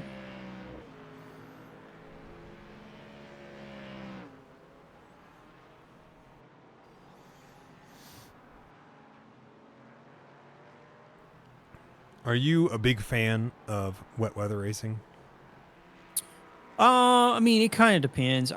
For me, I really feel like in sports cars, I think wet weather racing has its place. I think in open wheelers, I'm just not a fan.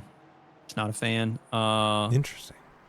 Mainly because, I understand that there's some people that can kind of feel the car a lot better than others in wet weather racing, but for me in particular, I'm it's all about testing both the driver and the machine. And then you just get in this situation where it's basically at that point, it's just down to the driver, which is, I mean, don't get me wrong. When you see somebody like a Max Verstappen, driving in the wet, you kind of just have to tip your hat to that kind of skill at being able to handle a car with that level of power and torque and no driver aids or anything like that. But for me in particular, I just feel like when it is the most static playing field, that's when I tend to see the best wheel to wheel racing. And that was an absolute clobber. What happened there? Was it just a lockup from the 45? I think so. Let's see what happened. Oscar Brown goes off track. So this isn't. Yeah, and Andrew Matthias. But Andrew Matthias, that was a glancing blow. So hopefully both of those guys are going to get out with just a minor scrape. Yeah, I don't see anything major on Andrew Matthias' machine other than a little bit of a fender, a little bent, bent fender on the front left of that machine where I think that impact took, as well as maybe a little bit of that wheel. Yeah. But so we are getting to 36 minutes left in the race. Well, 36 and change. Mm-hmm. I'm kind of curious in terms of stints when we're going to see these guys pull the trigger and come in for that last stop, because with us being at 36-minute mark, I'm suspecting around 35-minute mark, we might see some people pull the trigger for the early stuff. Yeah. Because this rain's not going anywhere. So if you're not changing off of wet weather, you might as well pull the trigger, get full fuel the moment that you can. Try and undercut your opponent, because you definitely don't want to be in a situation where you're basically trying to push things a little too deep in the race and then get caught out by the undercut. Yeah. Plus, with the rain, it does help having. I feel like it helps having more fuel because it makes the car a little bit heavier, and therefore it pushes through water better.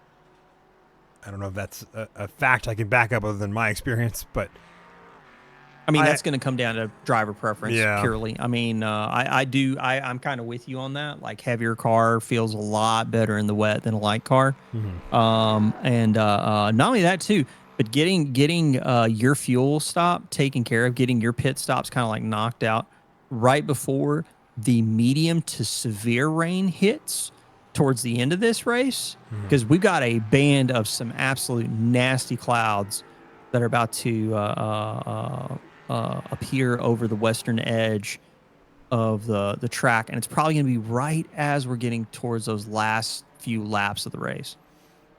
Oh man, I think it'll just make it all that much harder for these drivers as they get into the closing stages here. Yeah. So obviously, who comes in to pull the trigger first? I have to imagine they could make it anywhere from the 1 hour 10-minute on, given the fact that we had 29-minute fuel stops earlier. Yep. On good fuel, which means I think we can do about 30 to 35. I'd say pretty conservatively.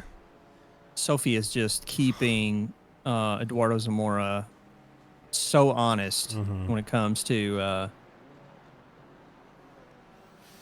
driving around Silverstone. And they're taking very different approaches. Like, Eduardo seems to be pushing a lot harder. Sophie seems to be taking very conservative lines and not over-rotating the car. And seems to be keeping close to Eduardo Zamora. Yeah, I get a feeling that I think she's just waiting for the opportunity now to pass without getting taken out. Yeah. Which is always such a hard thing to manage.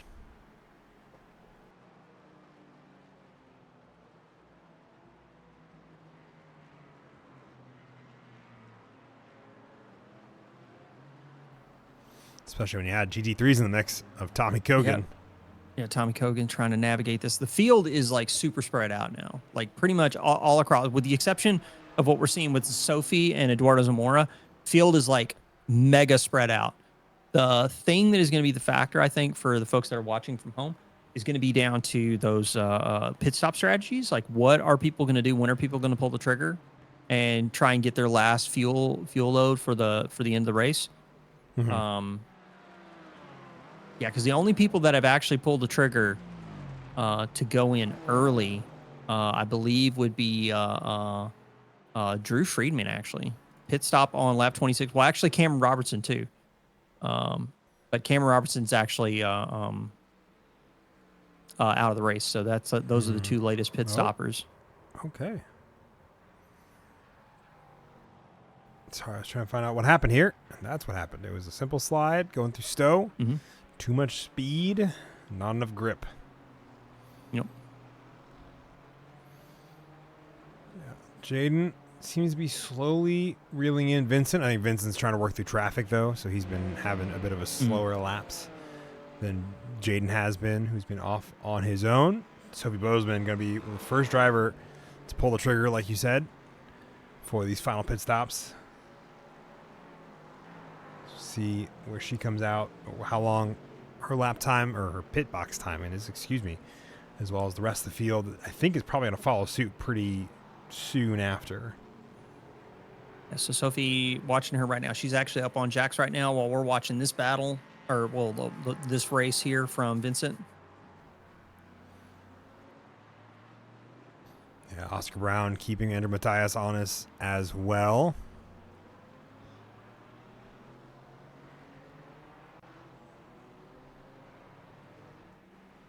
So the ones to watch for: Drew Freeman taking the early pit stop. Sophie's already on her outlet. Well, she's coming out of the box. 22 seconds, 22.9. on jacks to take fuel, get to the end. I wonder if it's a fuel only stop, as we did take tires at a I don't think you're gonna 40 I don't think you're gonna 50. I don't think you're gonna swap the tires at all. Like Yeah. I mean, if nothing else, just switching to that ice cold rubber when you're coming back out on track. Yeah. It just takes so long to get temperature into the tires, and I mean, with the rain, like the degradation, I don't think it's going to be that significant, even with the spins and stuff. I just don't think it's going to be significant enough. Yeah. So Drew Freeman, after his pit stop, the thing that's difficult for Drew is he's now going to have to work his way through GT4 traffic of Corey Lobner, Matt Pyle, Tanner Schiffner, and Jay Hewitt, who have yet to pit. They're on the same lap, by the way. Oof. Like, Oh.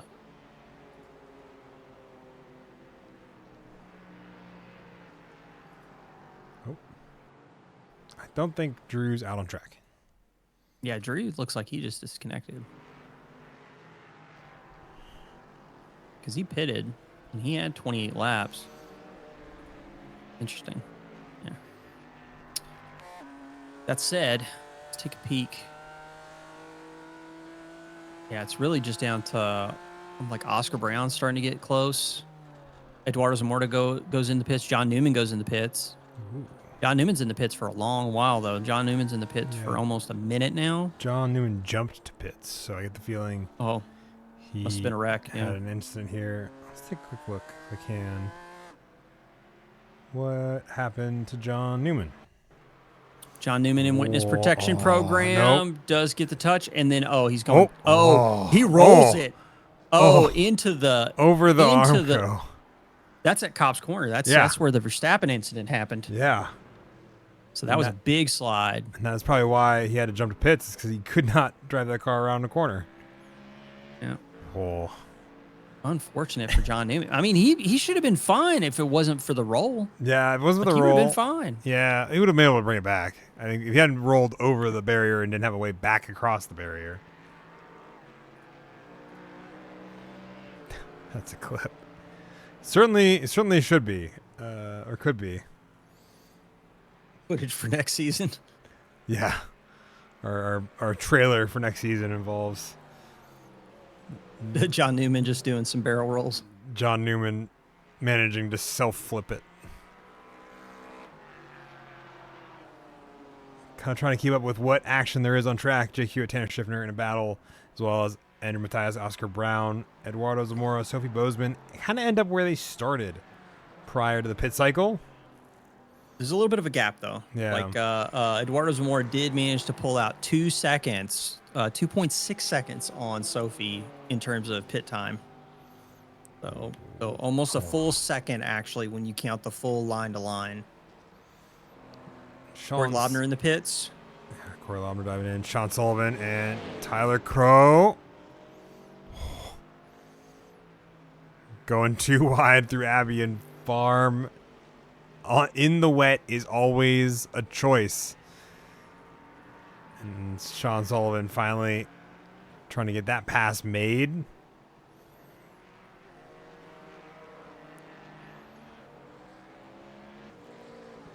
John Newman back out on track after 3 minutes in the box. Looks like he must have just taken the straight up toe, got his fuel, and just go straight back out on track with the fast repair. Yeah. So good on him. Bruno Clemente with a black flag. I think it might be for incident limits. Mark Coyne. I guess it's possible. Oh. Looking at the off tracks, he has one of the most, plus I think a couple of contacts would make that number feasible. Yeah. Mark Coyne in the pits. Tyler Crow hounding Sean Sullivan as they come into Cops Corner once again. Tyler running really wide throughout that mark. Pushing really deep. These guys fighting for GT4 rank here. Jake Hewitt, Tanner Schiffner, right? GT3. But GT4 also as well. These two are... Yeah. Oh, yeah. Sorry. Yes. Amongst all of this is the battle between Jake Hewitt and Tanner Schiffner in the middle of all these drivers. For the lead of GT4. Yeah. Ethan Hamlet diving in as well as Bruno Clemente. I think Bruno Clemente diving in to clear that black flag penalty. And Ethan Hamlet diving in for the final stop of the evening.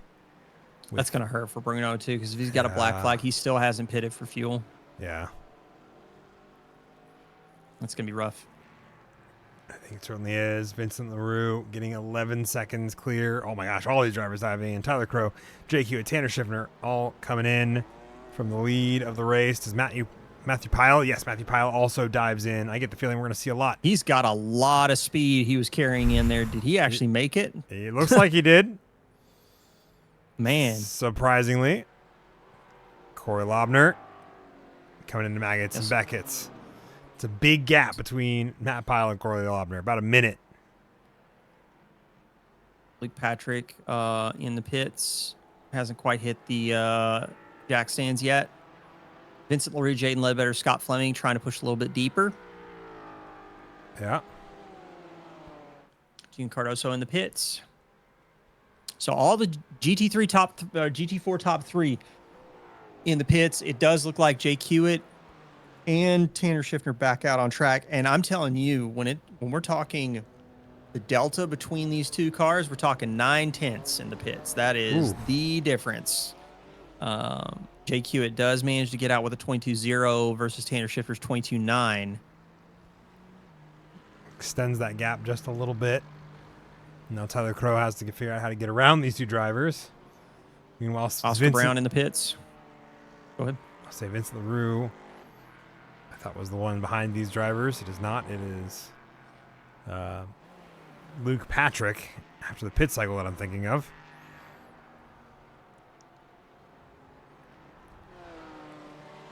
Al Potter in the pits. Christopher Blue in as well.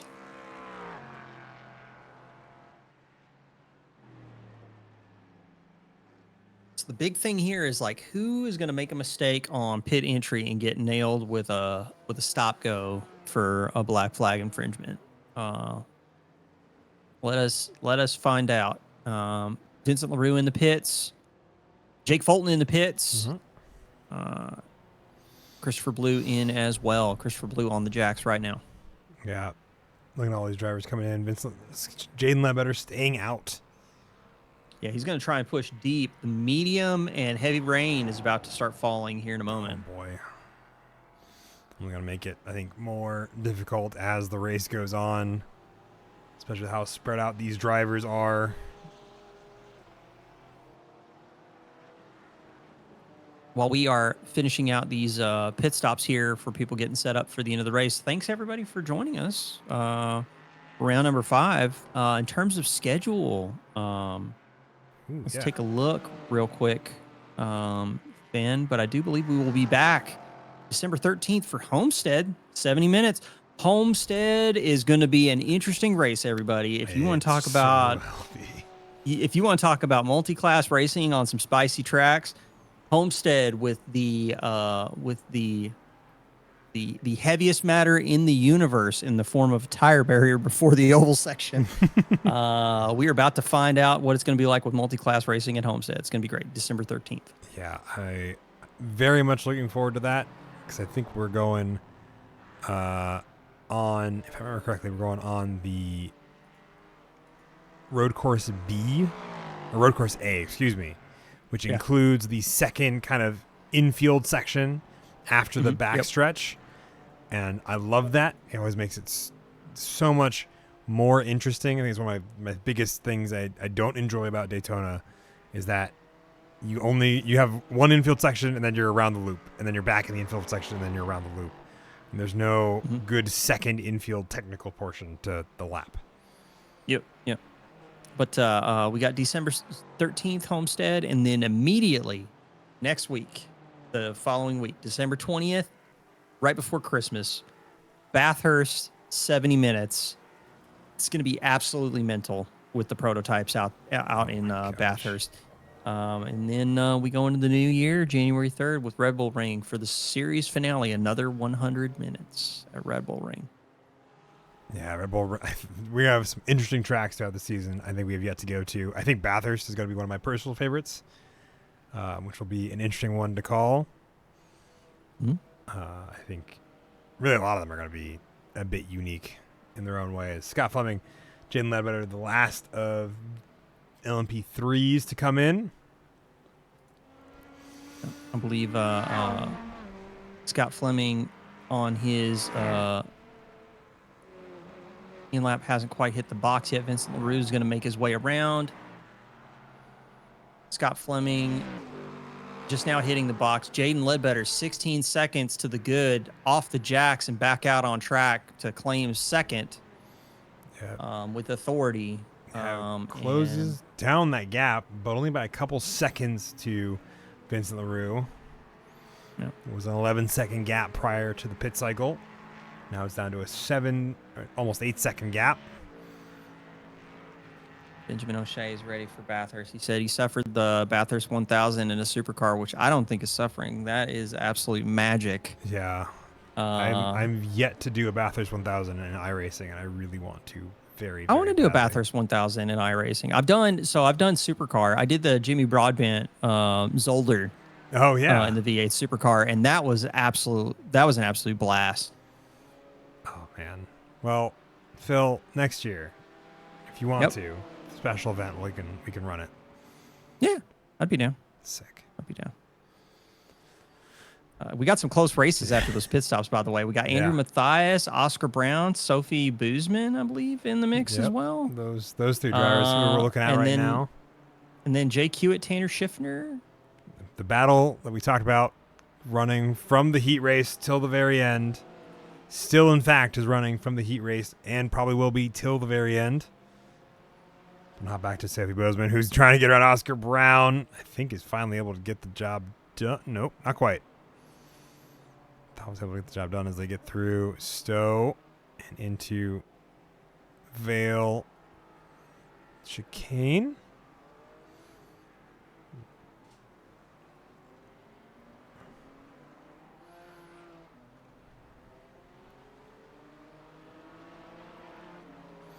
Christopher Blue labeled as crashed. What happened there? Let's take a look. Oh, just flat spins right in front. Vincent LaRue managed to get it out there.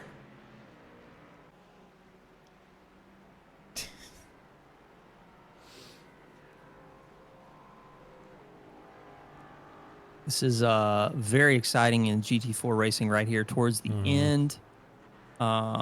Rest of the field pretty spread out. Again, I think what we could be looking at is people really just hanging on, trying to survive, because we are hitting that nice.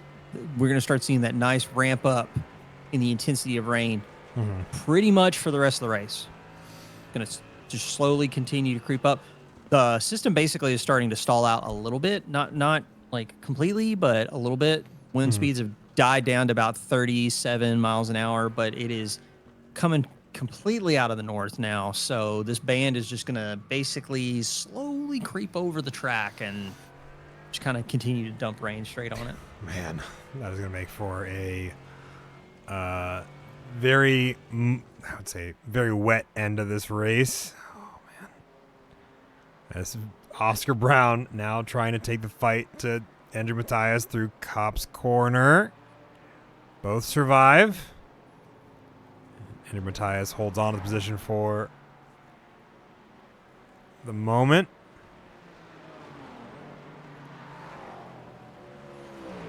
As we get into lap traffic of Jake Fulton trying to get around all these drivers. Currently, the only LMP3 AM driver out there on track still putting in laps. It's going to be Jake Fulton, who I think will come home with some solid points for the race. Yeah. Jake Fulton just out here surviving in LMP3 AM, going to get an absolute haul of points. Just so many cars right here.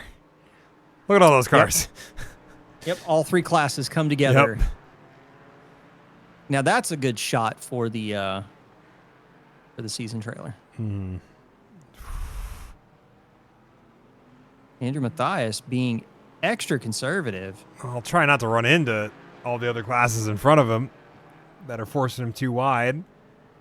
And can we everyone tip our hats to Jaden Ledbetter, who got through those sequence of corners with no crimes. Yeah. So good job, Jaden. I Jake, feel like he's turning a new leaf. oh, Jake He's learned a Fulton. lot. He's grown. Jake Fulton trying to get around lap traffic, having a heck of a time doing so. Sophie Bozeman gonna have to yield some space there as we dive in with Tanner Schiffner as well as Jake Hewitt. These two within a few tenths of each other as they go underneath the Johnny Walker Bridge on Wellington Straight, or excuse me, on Hangar Straight. Speaking of season trailers, oh, Jake Hewitt is really wide there. Going to give the spot to Tanner Schiffner. Really trying to hold that car together and keep it going the right direction. He's going to end up losing a little bit of time there, going through all that water off of the racing line. Yeah, really, really tough again navigating with all the water that's just been dumped on track. I mean, it's at this point, it's like, do you refer to the standing water on track as a puddle anymore, or are you just driving on top of a river? Well, it's standing, so I guess it's maybe like a pond. Yeah. I mean, Silverstone is flat. Yes. Like most of it is flat, except for the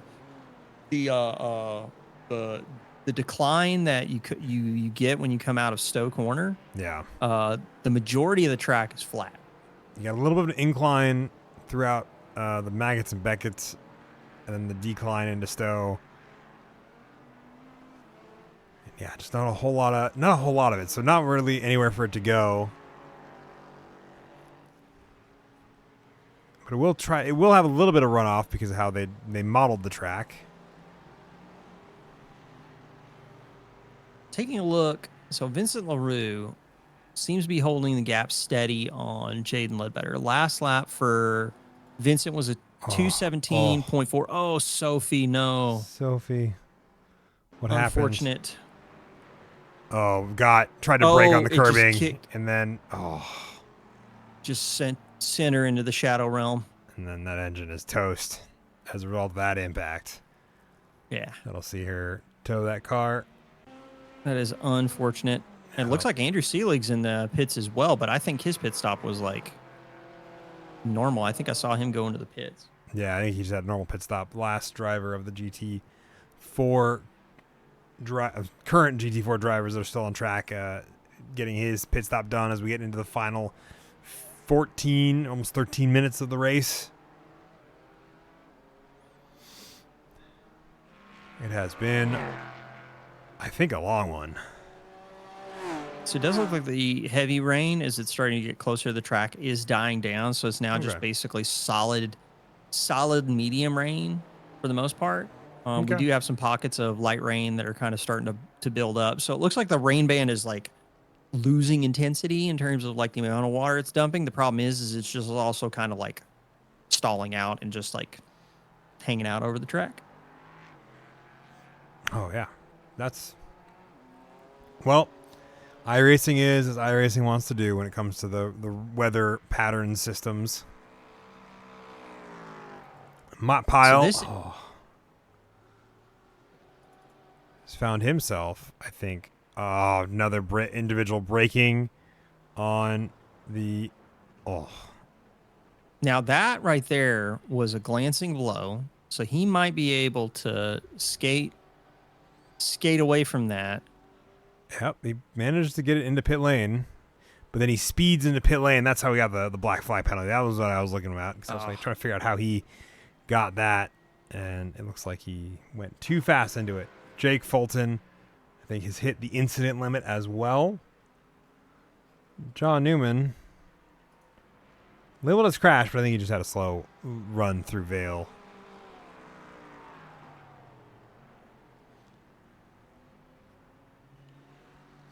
Everybody's just kind of like tiptoeing through these corners. John Newman just giving the LMP3s the widest berth possible into some of these corners. Don't blame him. Yeah. It's like when is the LMP3 just a passerby, and when is it a missile? Yeah. Uh, When is it going to be kind to you, and when is it going to give you no space? so with Vincent LaRue kind of holding station right now. Last lap, 2:19.02 for Vincent, 2:19.84 for Jaden. Ethan Hamlet is just in another universe. Tommy Kogan kind of holding station in second, with Kyle Potter in third. Yeah. And then the battle with Tanner Schiffner and Jake Hewitt continuing. Yep. Hasn't gone anywhere. Jake Hewitt getting much closer throughout Hanger Straight. Yeah. Yeah. I think I've come up with something that we can count on as like the greatest consistencies in life. The things that you can expect: death, taxes, Tanner Schiffner and Jake Hewitt duking it out in GT4. Yes. That seems to be what we're experiencing here. Yep, that is, I think, what will be a continuing experience for the next 10 minutes. Especially as Jake Hewitt seems to be finding a little bit more time than Tanner Schiffner.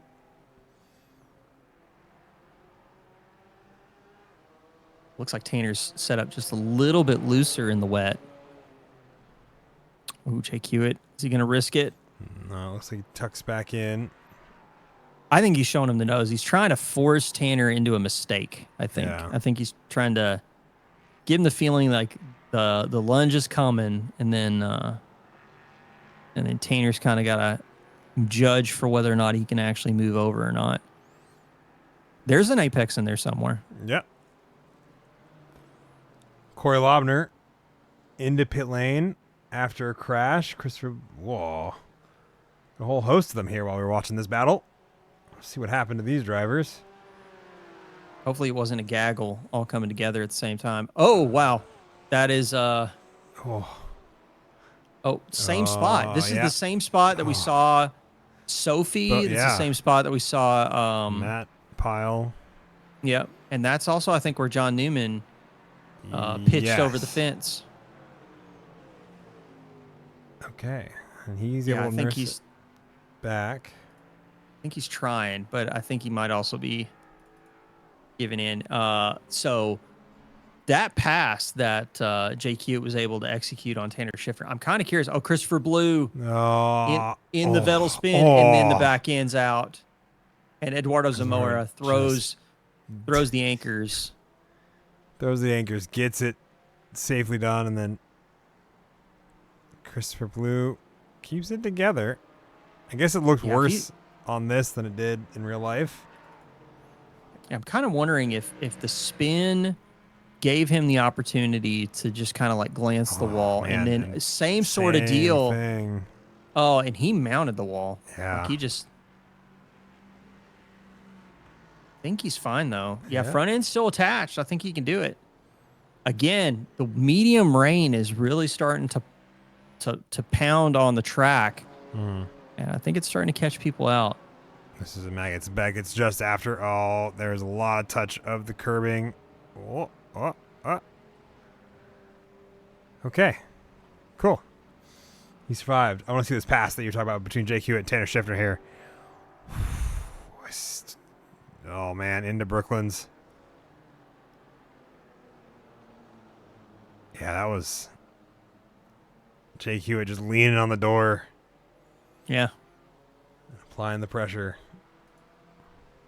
It looks like Tanner's been struggling kind of like ever since. Like his car is just kind of like overshooting and over-rotating just about everywhere now. I wonder if those tires are a little hurting. Well, the other thing I'm kind of curious too is I'm wondering how many people are kind of like leaning on the driver aids more, and who are trying to be brave and not have like increased traction control, ABS, or change in throttle map. Yeah, because it will change how a car drives pretty significantly, and how much time you can save on a lap, depending on how much you use them. Is always an interesting conundrum there. It's been a while since I've raced a GT car in iRacing, like actually just been in the cockpit. But I've always found that understanding like how to lift and coast, especially in wet weather, is like almost more effective than necessarily leaning on driver aids as much. Yeah. Just try and roll as much speed as you can through the corner, but at the same time, you gotta leverage what you can in terms of mechanical grip and be very gentle on the accelerator corner exit. Yeah. Unless you're in TCR. Unless you're in TCR, in which case you point the tires where you want them to go and then you mash the throttle. Yes. Like your life depends on it. And then you wait for it to go that direction. And then Yep. you figure out whether or not you need to brake or you need to keep holding the pedal. Correct. The thing I love about TCRs is they teach you a great way of understanding the way you need to do throttle control in order to keep a car going the direction you want it to go. It is it is an art. Yeah. It is an art. And for folks that don't watch FIA like World TCR stuff, you should definitely check out some of those races because it is quite spicy. Especially you go back and watch some of the races at like Macau. Oh my gosh, Macau is such an interesting track for TCRs. Mm-hmm. Especially because they're not really known for turning radius, and there are a few hairpins that are like, huh? Does feel a little autocrossy at times. Well, yeah, that's kind of true. I think of the entire TCR racing style. I think is unfortunately it ends up feeling autocrossy. This is the closest battle on track right now, and I'm sure to no one's surprise. That said, just looking at the field right now, kind of static over in LMP3. Mm-hmm. GT3, Ethan continues to grow his gap, although it looks like he did run into some traffic now. Mm-hmm. Last lap was a 225, and Tommy Kogan did have a 221, but I think a lot of that could be based around just traffic. And a black flag for Luke Patrick. Yeah, Luke Patrick's weekend's going from bad to worse. That's probably going to dump him to the back of LMP3 Pro. I don't know if it's going to cause him to dip behind Jake Fulton. I think Jake Fulton's far enough out that should finish in front of Jake. But Luke Patrick getting hit with that black flag is definitely going to hurt. That it will. Although this could be a drive-through. If this is for incident points, it's a drive-through, right? So I think he actually could be okay. I think he'll be all right. It'll just put him really close to Mark Coyne, so he'll be defending that position. Well, actually, Mark Coyne just got around him. It's whether or not he's going to get out in front of Gian Cardoso is the question. Yeah. So medium rain, straight to the end. These cars are trying to navigate this medium rain as it continues to just dump water on an already soaked Silverstone circuit.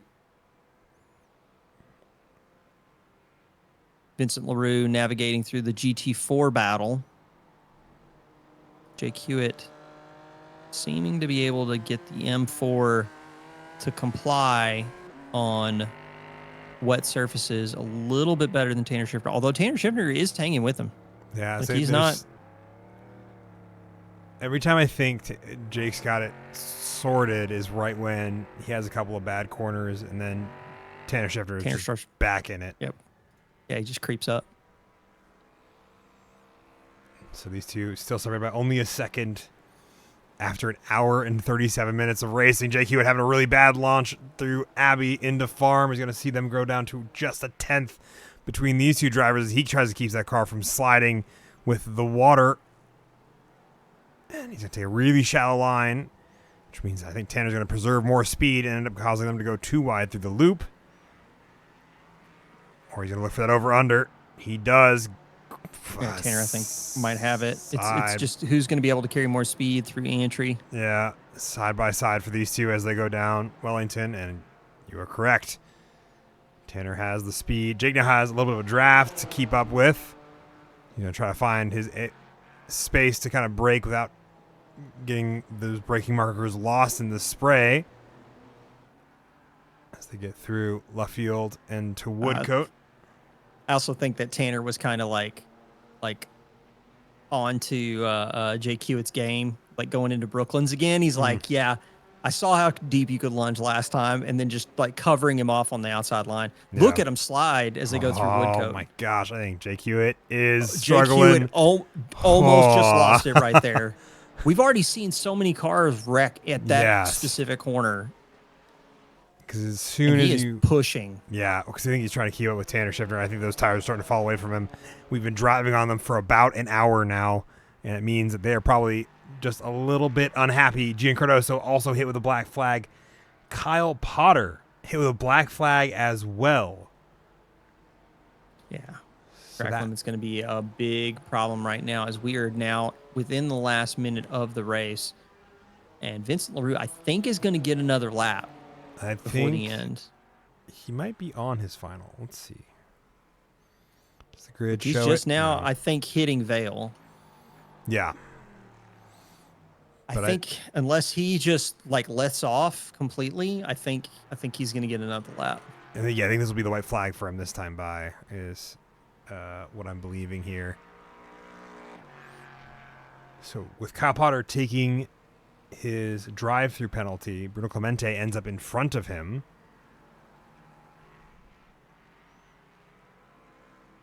I don't know, man. Am I reading that right? Is that a minute 24 between Kyle and Bruno? Yes. Yeah. So never mind. So he might actually get through and not lose the spot to Bruno. I think so.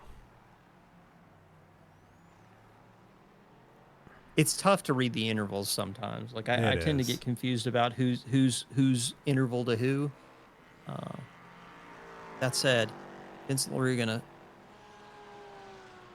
take his final lap around, and Tanner Schiffner gets his way around Jake Hewitt, and he's holding on to it. He's holding on to it, and with more LMP3 traffic starting to work its way through, I think that's Jaden Ledbetter currently in second. Really holding that gap on Scott Fleming. Yeah, 28 seconds between Jaden Ledbetter and Scott Fleming, then a minute back from him to Mark Coyne, who seems to be fending off Luke Patrick for the moment.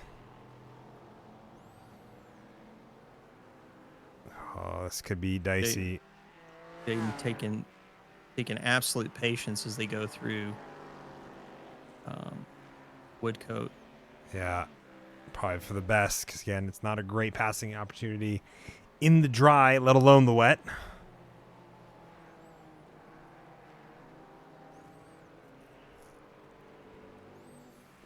And looks like Vincent LaRue's about to come around the final stretch. Coming down hanger He straight. heads down. Yep. I'd say a pretty commanding drive in the wet.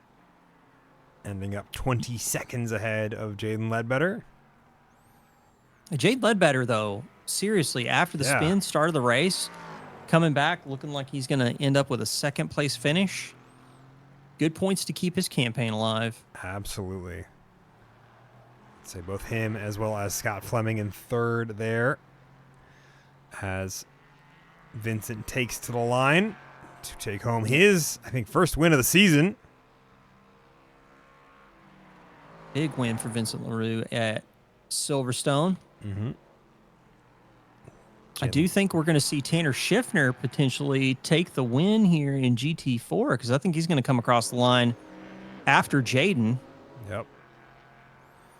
Ethan Hamlet is rolling to the line. Is he out of fuel? Like, what was he doing? He was just trying trying taking to a weird line. Just trying to avoid, I think, both Jake Hewitt and Tanner Schiffner. Yeah. But Tanner Schiffner, Jake Hewitt going to round out the first two there. Matt Pyle slotted to come home in third, 49 seconds behind these two drivers. He's still just coming into Stowe on the back section right before Vale. Sophie Bozeman got to finish her race a lap down from the rest of the field, but able to do so very successfully. Still ending up, I believe, 8th overall, so solid points haul for everybody that finishes the race. Yeah, it's gonna be a good points haul. for everyone who finished. Tommy Kogan going to keep his campaign going strong with a second place finish in GT3. Yeah. Kyle Potter with a third place finish. He's going to keep it close. I think where so Kyle Potter. Kyle. He's going to close the gap a little bit. Definitely going to get a good points haul against Christopher Blue, who's in third. So yeah, some definite shuffling going to happen in a few of the orders.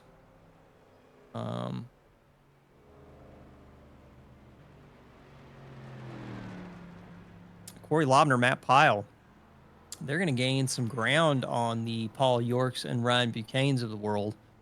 Andrew Mathias, I think, probably had his toughest race of the season so far. I think so as well. But Yeah, still a pretty respectable P6 overall. P6 P5 finish in class. Yeah, P6 finish in GT4 is going to bring in some points, but I do think he's going to lose ground relative to Corey Lobner, and Matt Pyle's probably going to get a little bit closer. Mm-hmm. But again, I feel like we've still got what is it? 2 more rounds after this? 3 more? Three rounds? more rounds. We're only round 5. 3 more rounds. Yeah. So many points on offer for folks. We want to talk through the results. Yeah, let's do it. We got things to talk about. All right. Vince LaRue having a fantastic run in the wet, comes home 20 seconds ahead of Jaden Ledbetter. Scott Fleming rounding out that podium. Mark Coyne in 4th, hardest working man in sim racing. I think having a fantastic result despite all that. Luke Patrick barely missing out on that position as a result of the black flag penalty at the end. Around him, but it still put him in the top 5. Gian Cardoso coming home in 6th after his own. And that is LMP3 Pro. Any surprises there? I mean, the big surprise was Jaden Ledbetter, getting that spin early on and having a really good recovery. Luke Patrick also having a pretty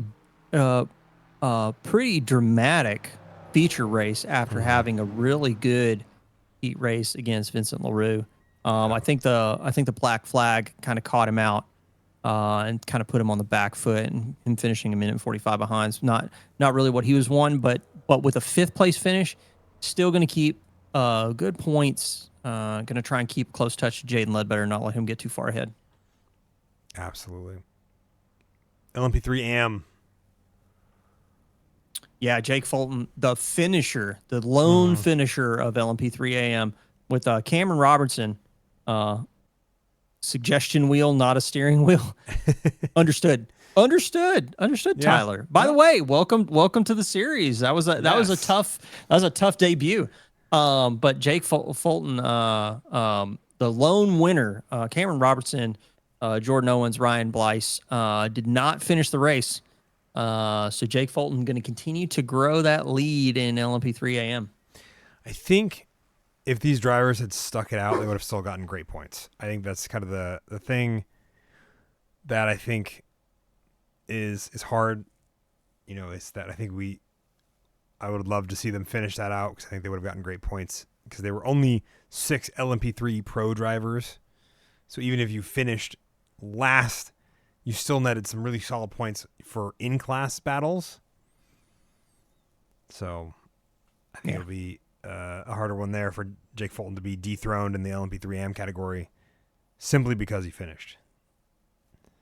So let's take a look at those GT3 finishers. GT3, Ethan Hamlet coming home, the winner. And Is that only 17 seconds? Yes. Only 17 seconds as a result of a black flag at the end of the race. That is wild, man. Tommy Kogan just keeping it smooth and consistent in the Purple Rain CrowdStrike Motorsport. I mean, good result for Tommy. Again, keeping good points total with Ethan Hamlet. We got so much drama that could unfold through the rest of the season. I really don't think you should sleep on GT3. Not at all. We will see you back here next time we are out. Benjamin O'Shea, thank you for being in chat with us. Kyle Potter, Bruno Clemente. This battle, I think, is one that's going to come down to the wire in terms of the points battles. Those two going at it pretty hard today. I think Bruno Clemente really pushing to try to catch up to Kyle Potter and really struggling to do so. Christopher Blue having a successful 5th place result despite the spins that he had from where he was. Tyler Crow having a fantastic first outing with the suggestion wheel and not a steering wheel. Sean Sullivan ending 4 laps down as a result of incidents. Ryan Nolan, Drew Friedman, and Jeff Hedges all, I don't think, finishing the race. Excuse me, Ryan Nolan did. But Drew Friedman and Jeff Hedges did not from where they were for the 10 drivers that finished GT3. GT4 Pro, the thing we kept coming back to. Yep. The only consistent thing you can expect in life is death, taxes, and Tanner Schiffner or Jake Hewitt just beating each other up in GT4 machinery. Only 1.6 seconds between them towards the end of the race. So I'm really looking forward to seeing these guys continue this battle as we go on through round 6, 7, and 8. Matt Pyle getting a 3rd place finish, going to start to close that gap down to Andrew Mathias. Corey Lovner as well, getting some good points total. Andrew Mathias with the 5th place finish.